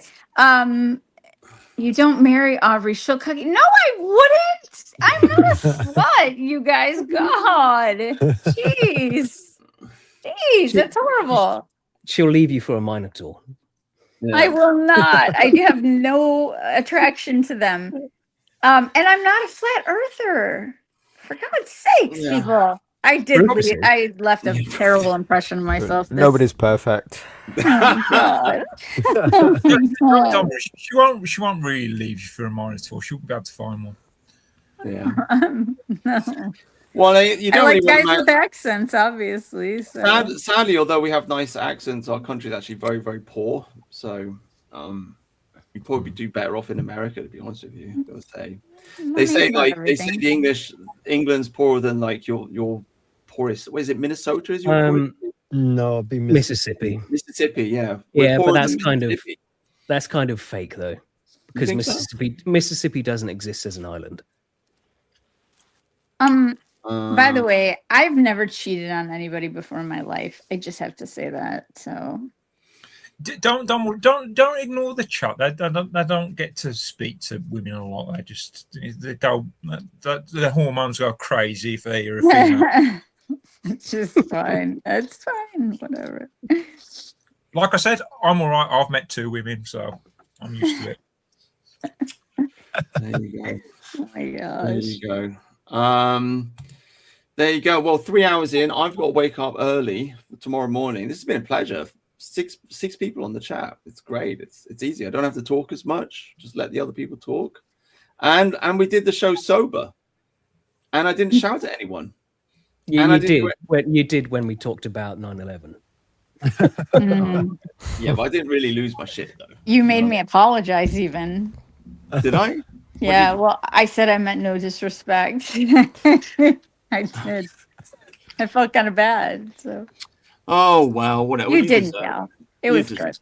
You have to check out Loose Change for us and see what you think of that. Yeah. Everyone should do their homework. What I will can't go figure see out it. is why do we always get so many views like at the 3 hour mark? Because we just popped up to 50 up there. Like, why does that always happen every week? Is it like some late nights? People came back from the pub with us. Do you think so? It's Americans, isn't it? Getting home. Oh no, they don't work on a Sunday. Yeah, it's very strange. Yeah, we always get like a peak audience, like just as I'm about to close the show. I just can't figure it out. But anyway, I got to wake up early tomorrow morning, so I've got to get some sleep. But it's been fun as always. Good to see you, SJJ. Best of luck. Oh, one thing. I saw there's an Amazon thing. SJJ doesn't know about, but if you get a delivery from Amazon and you go into the Amazon search and search "thank my driver," apparently it gives them a $5 bonus or pound bonus, whatever it is. Not in the UK. We get no tips. Well, I don't think it's a tip. I think it sort of just might get added onto your pay. No, it doesn't. Not in the UK.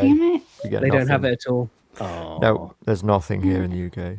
No tips. Miserable sods in this country. Bastards. No wonder millennials so popular. Well, if you do have a white driver,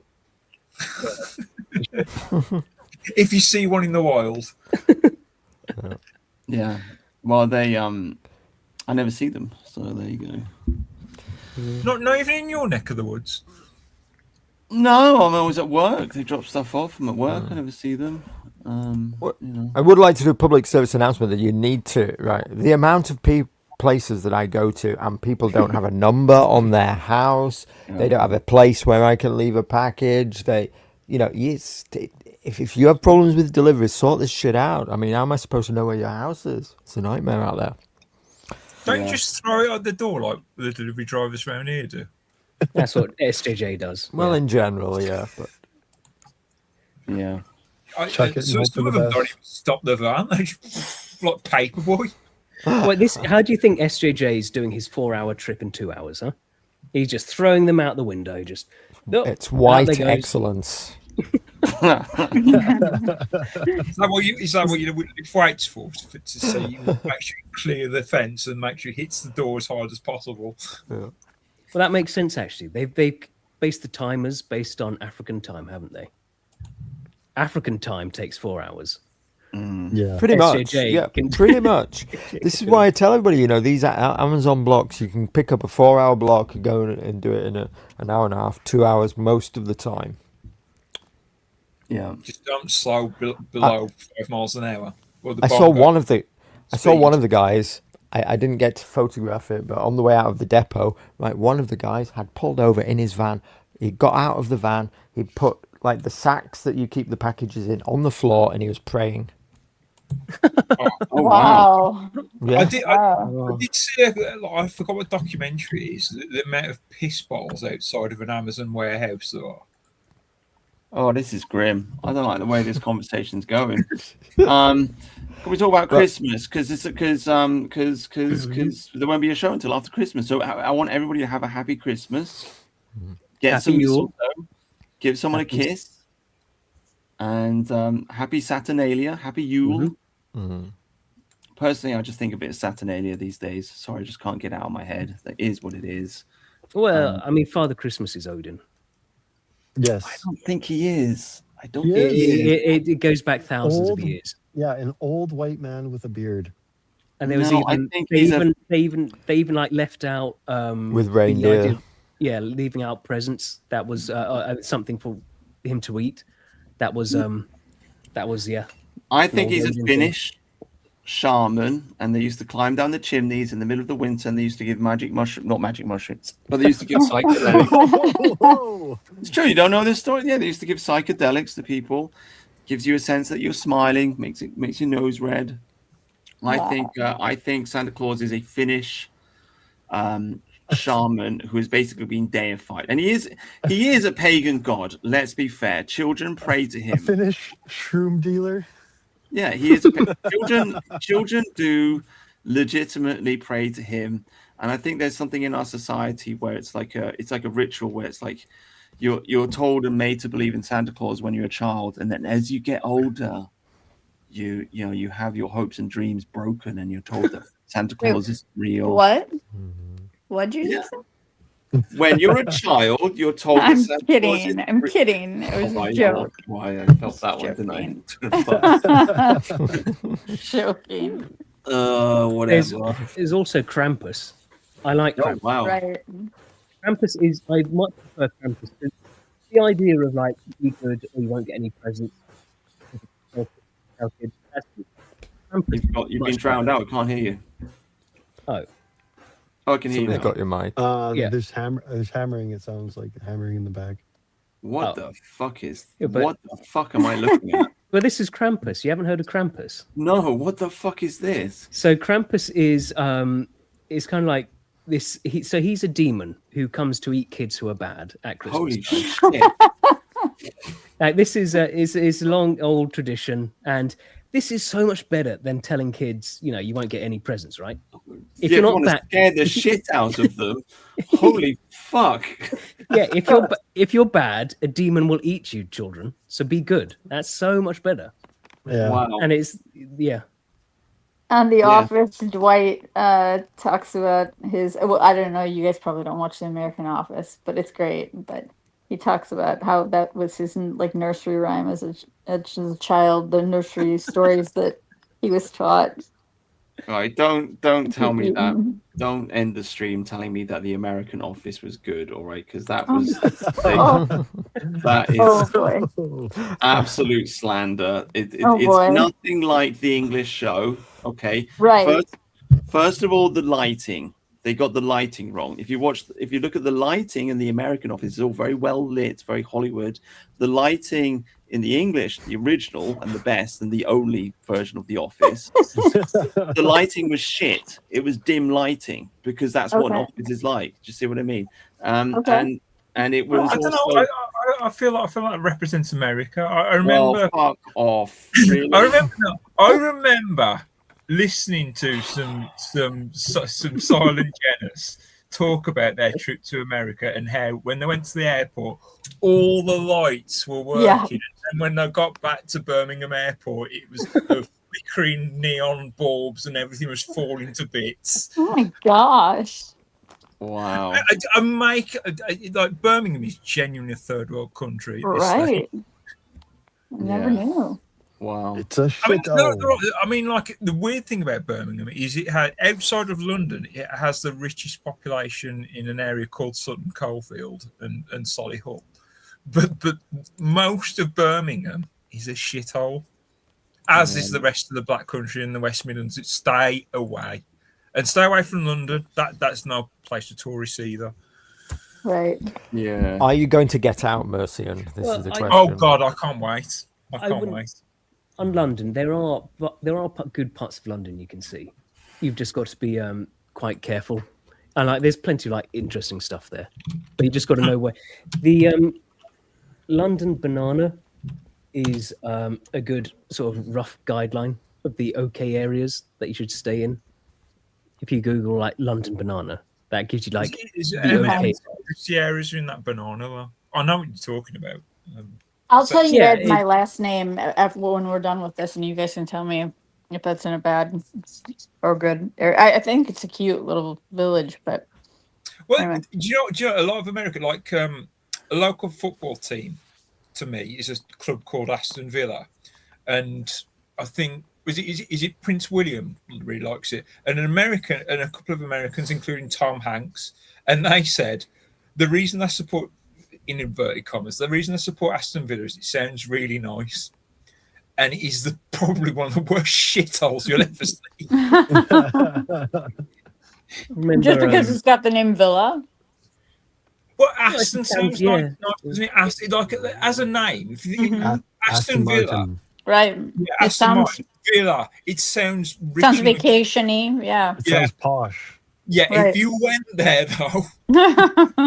It's the antithesis of posh. Yeah, that's exactly it. I mean, it made the news recently because the whole Tel Aviv thing and the Muslims. Oh yeah. So that's the kind of area it is now. Okay. Okay, well, I'm just going to end the stream because you guys won't stop talking. Merry Christmas, everybody. Sorry. Merry Christmas. Ho, ho, ho. Have a great Christmas. Happy and we'll see Yule. you. Eat some mince pies. Have something to drink. Get fat. Get merry. It's Saturnalia. It's the time for feasting. We can fast next year when it's all over. And God bless you all. And we'll see you in a week's time. All right. Thank you. And thank you for coming on the stream. Jesus. Cheers. Aubrey.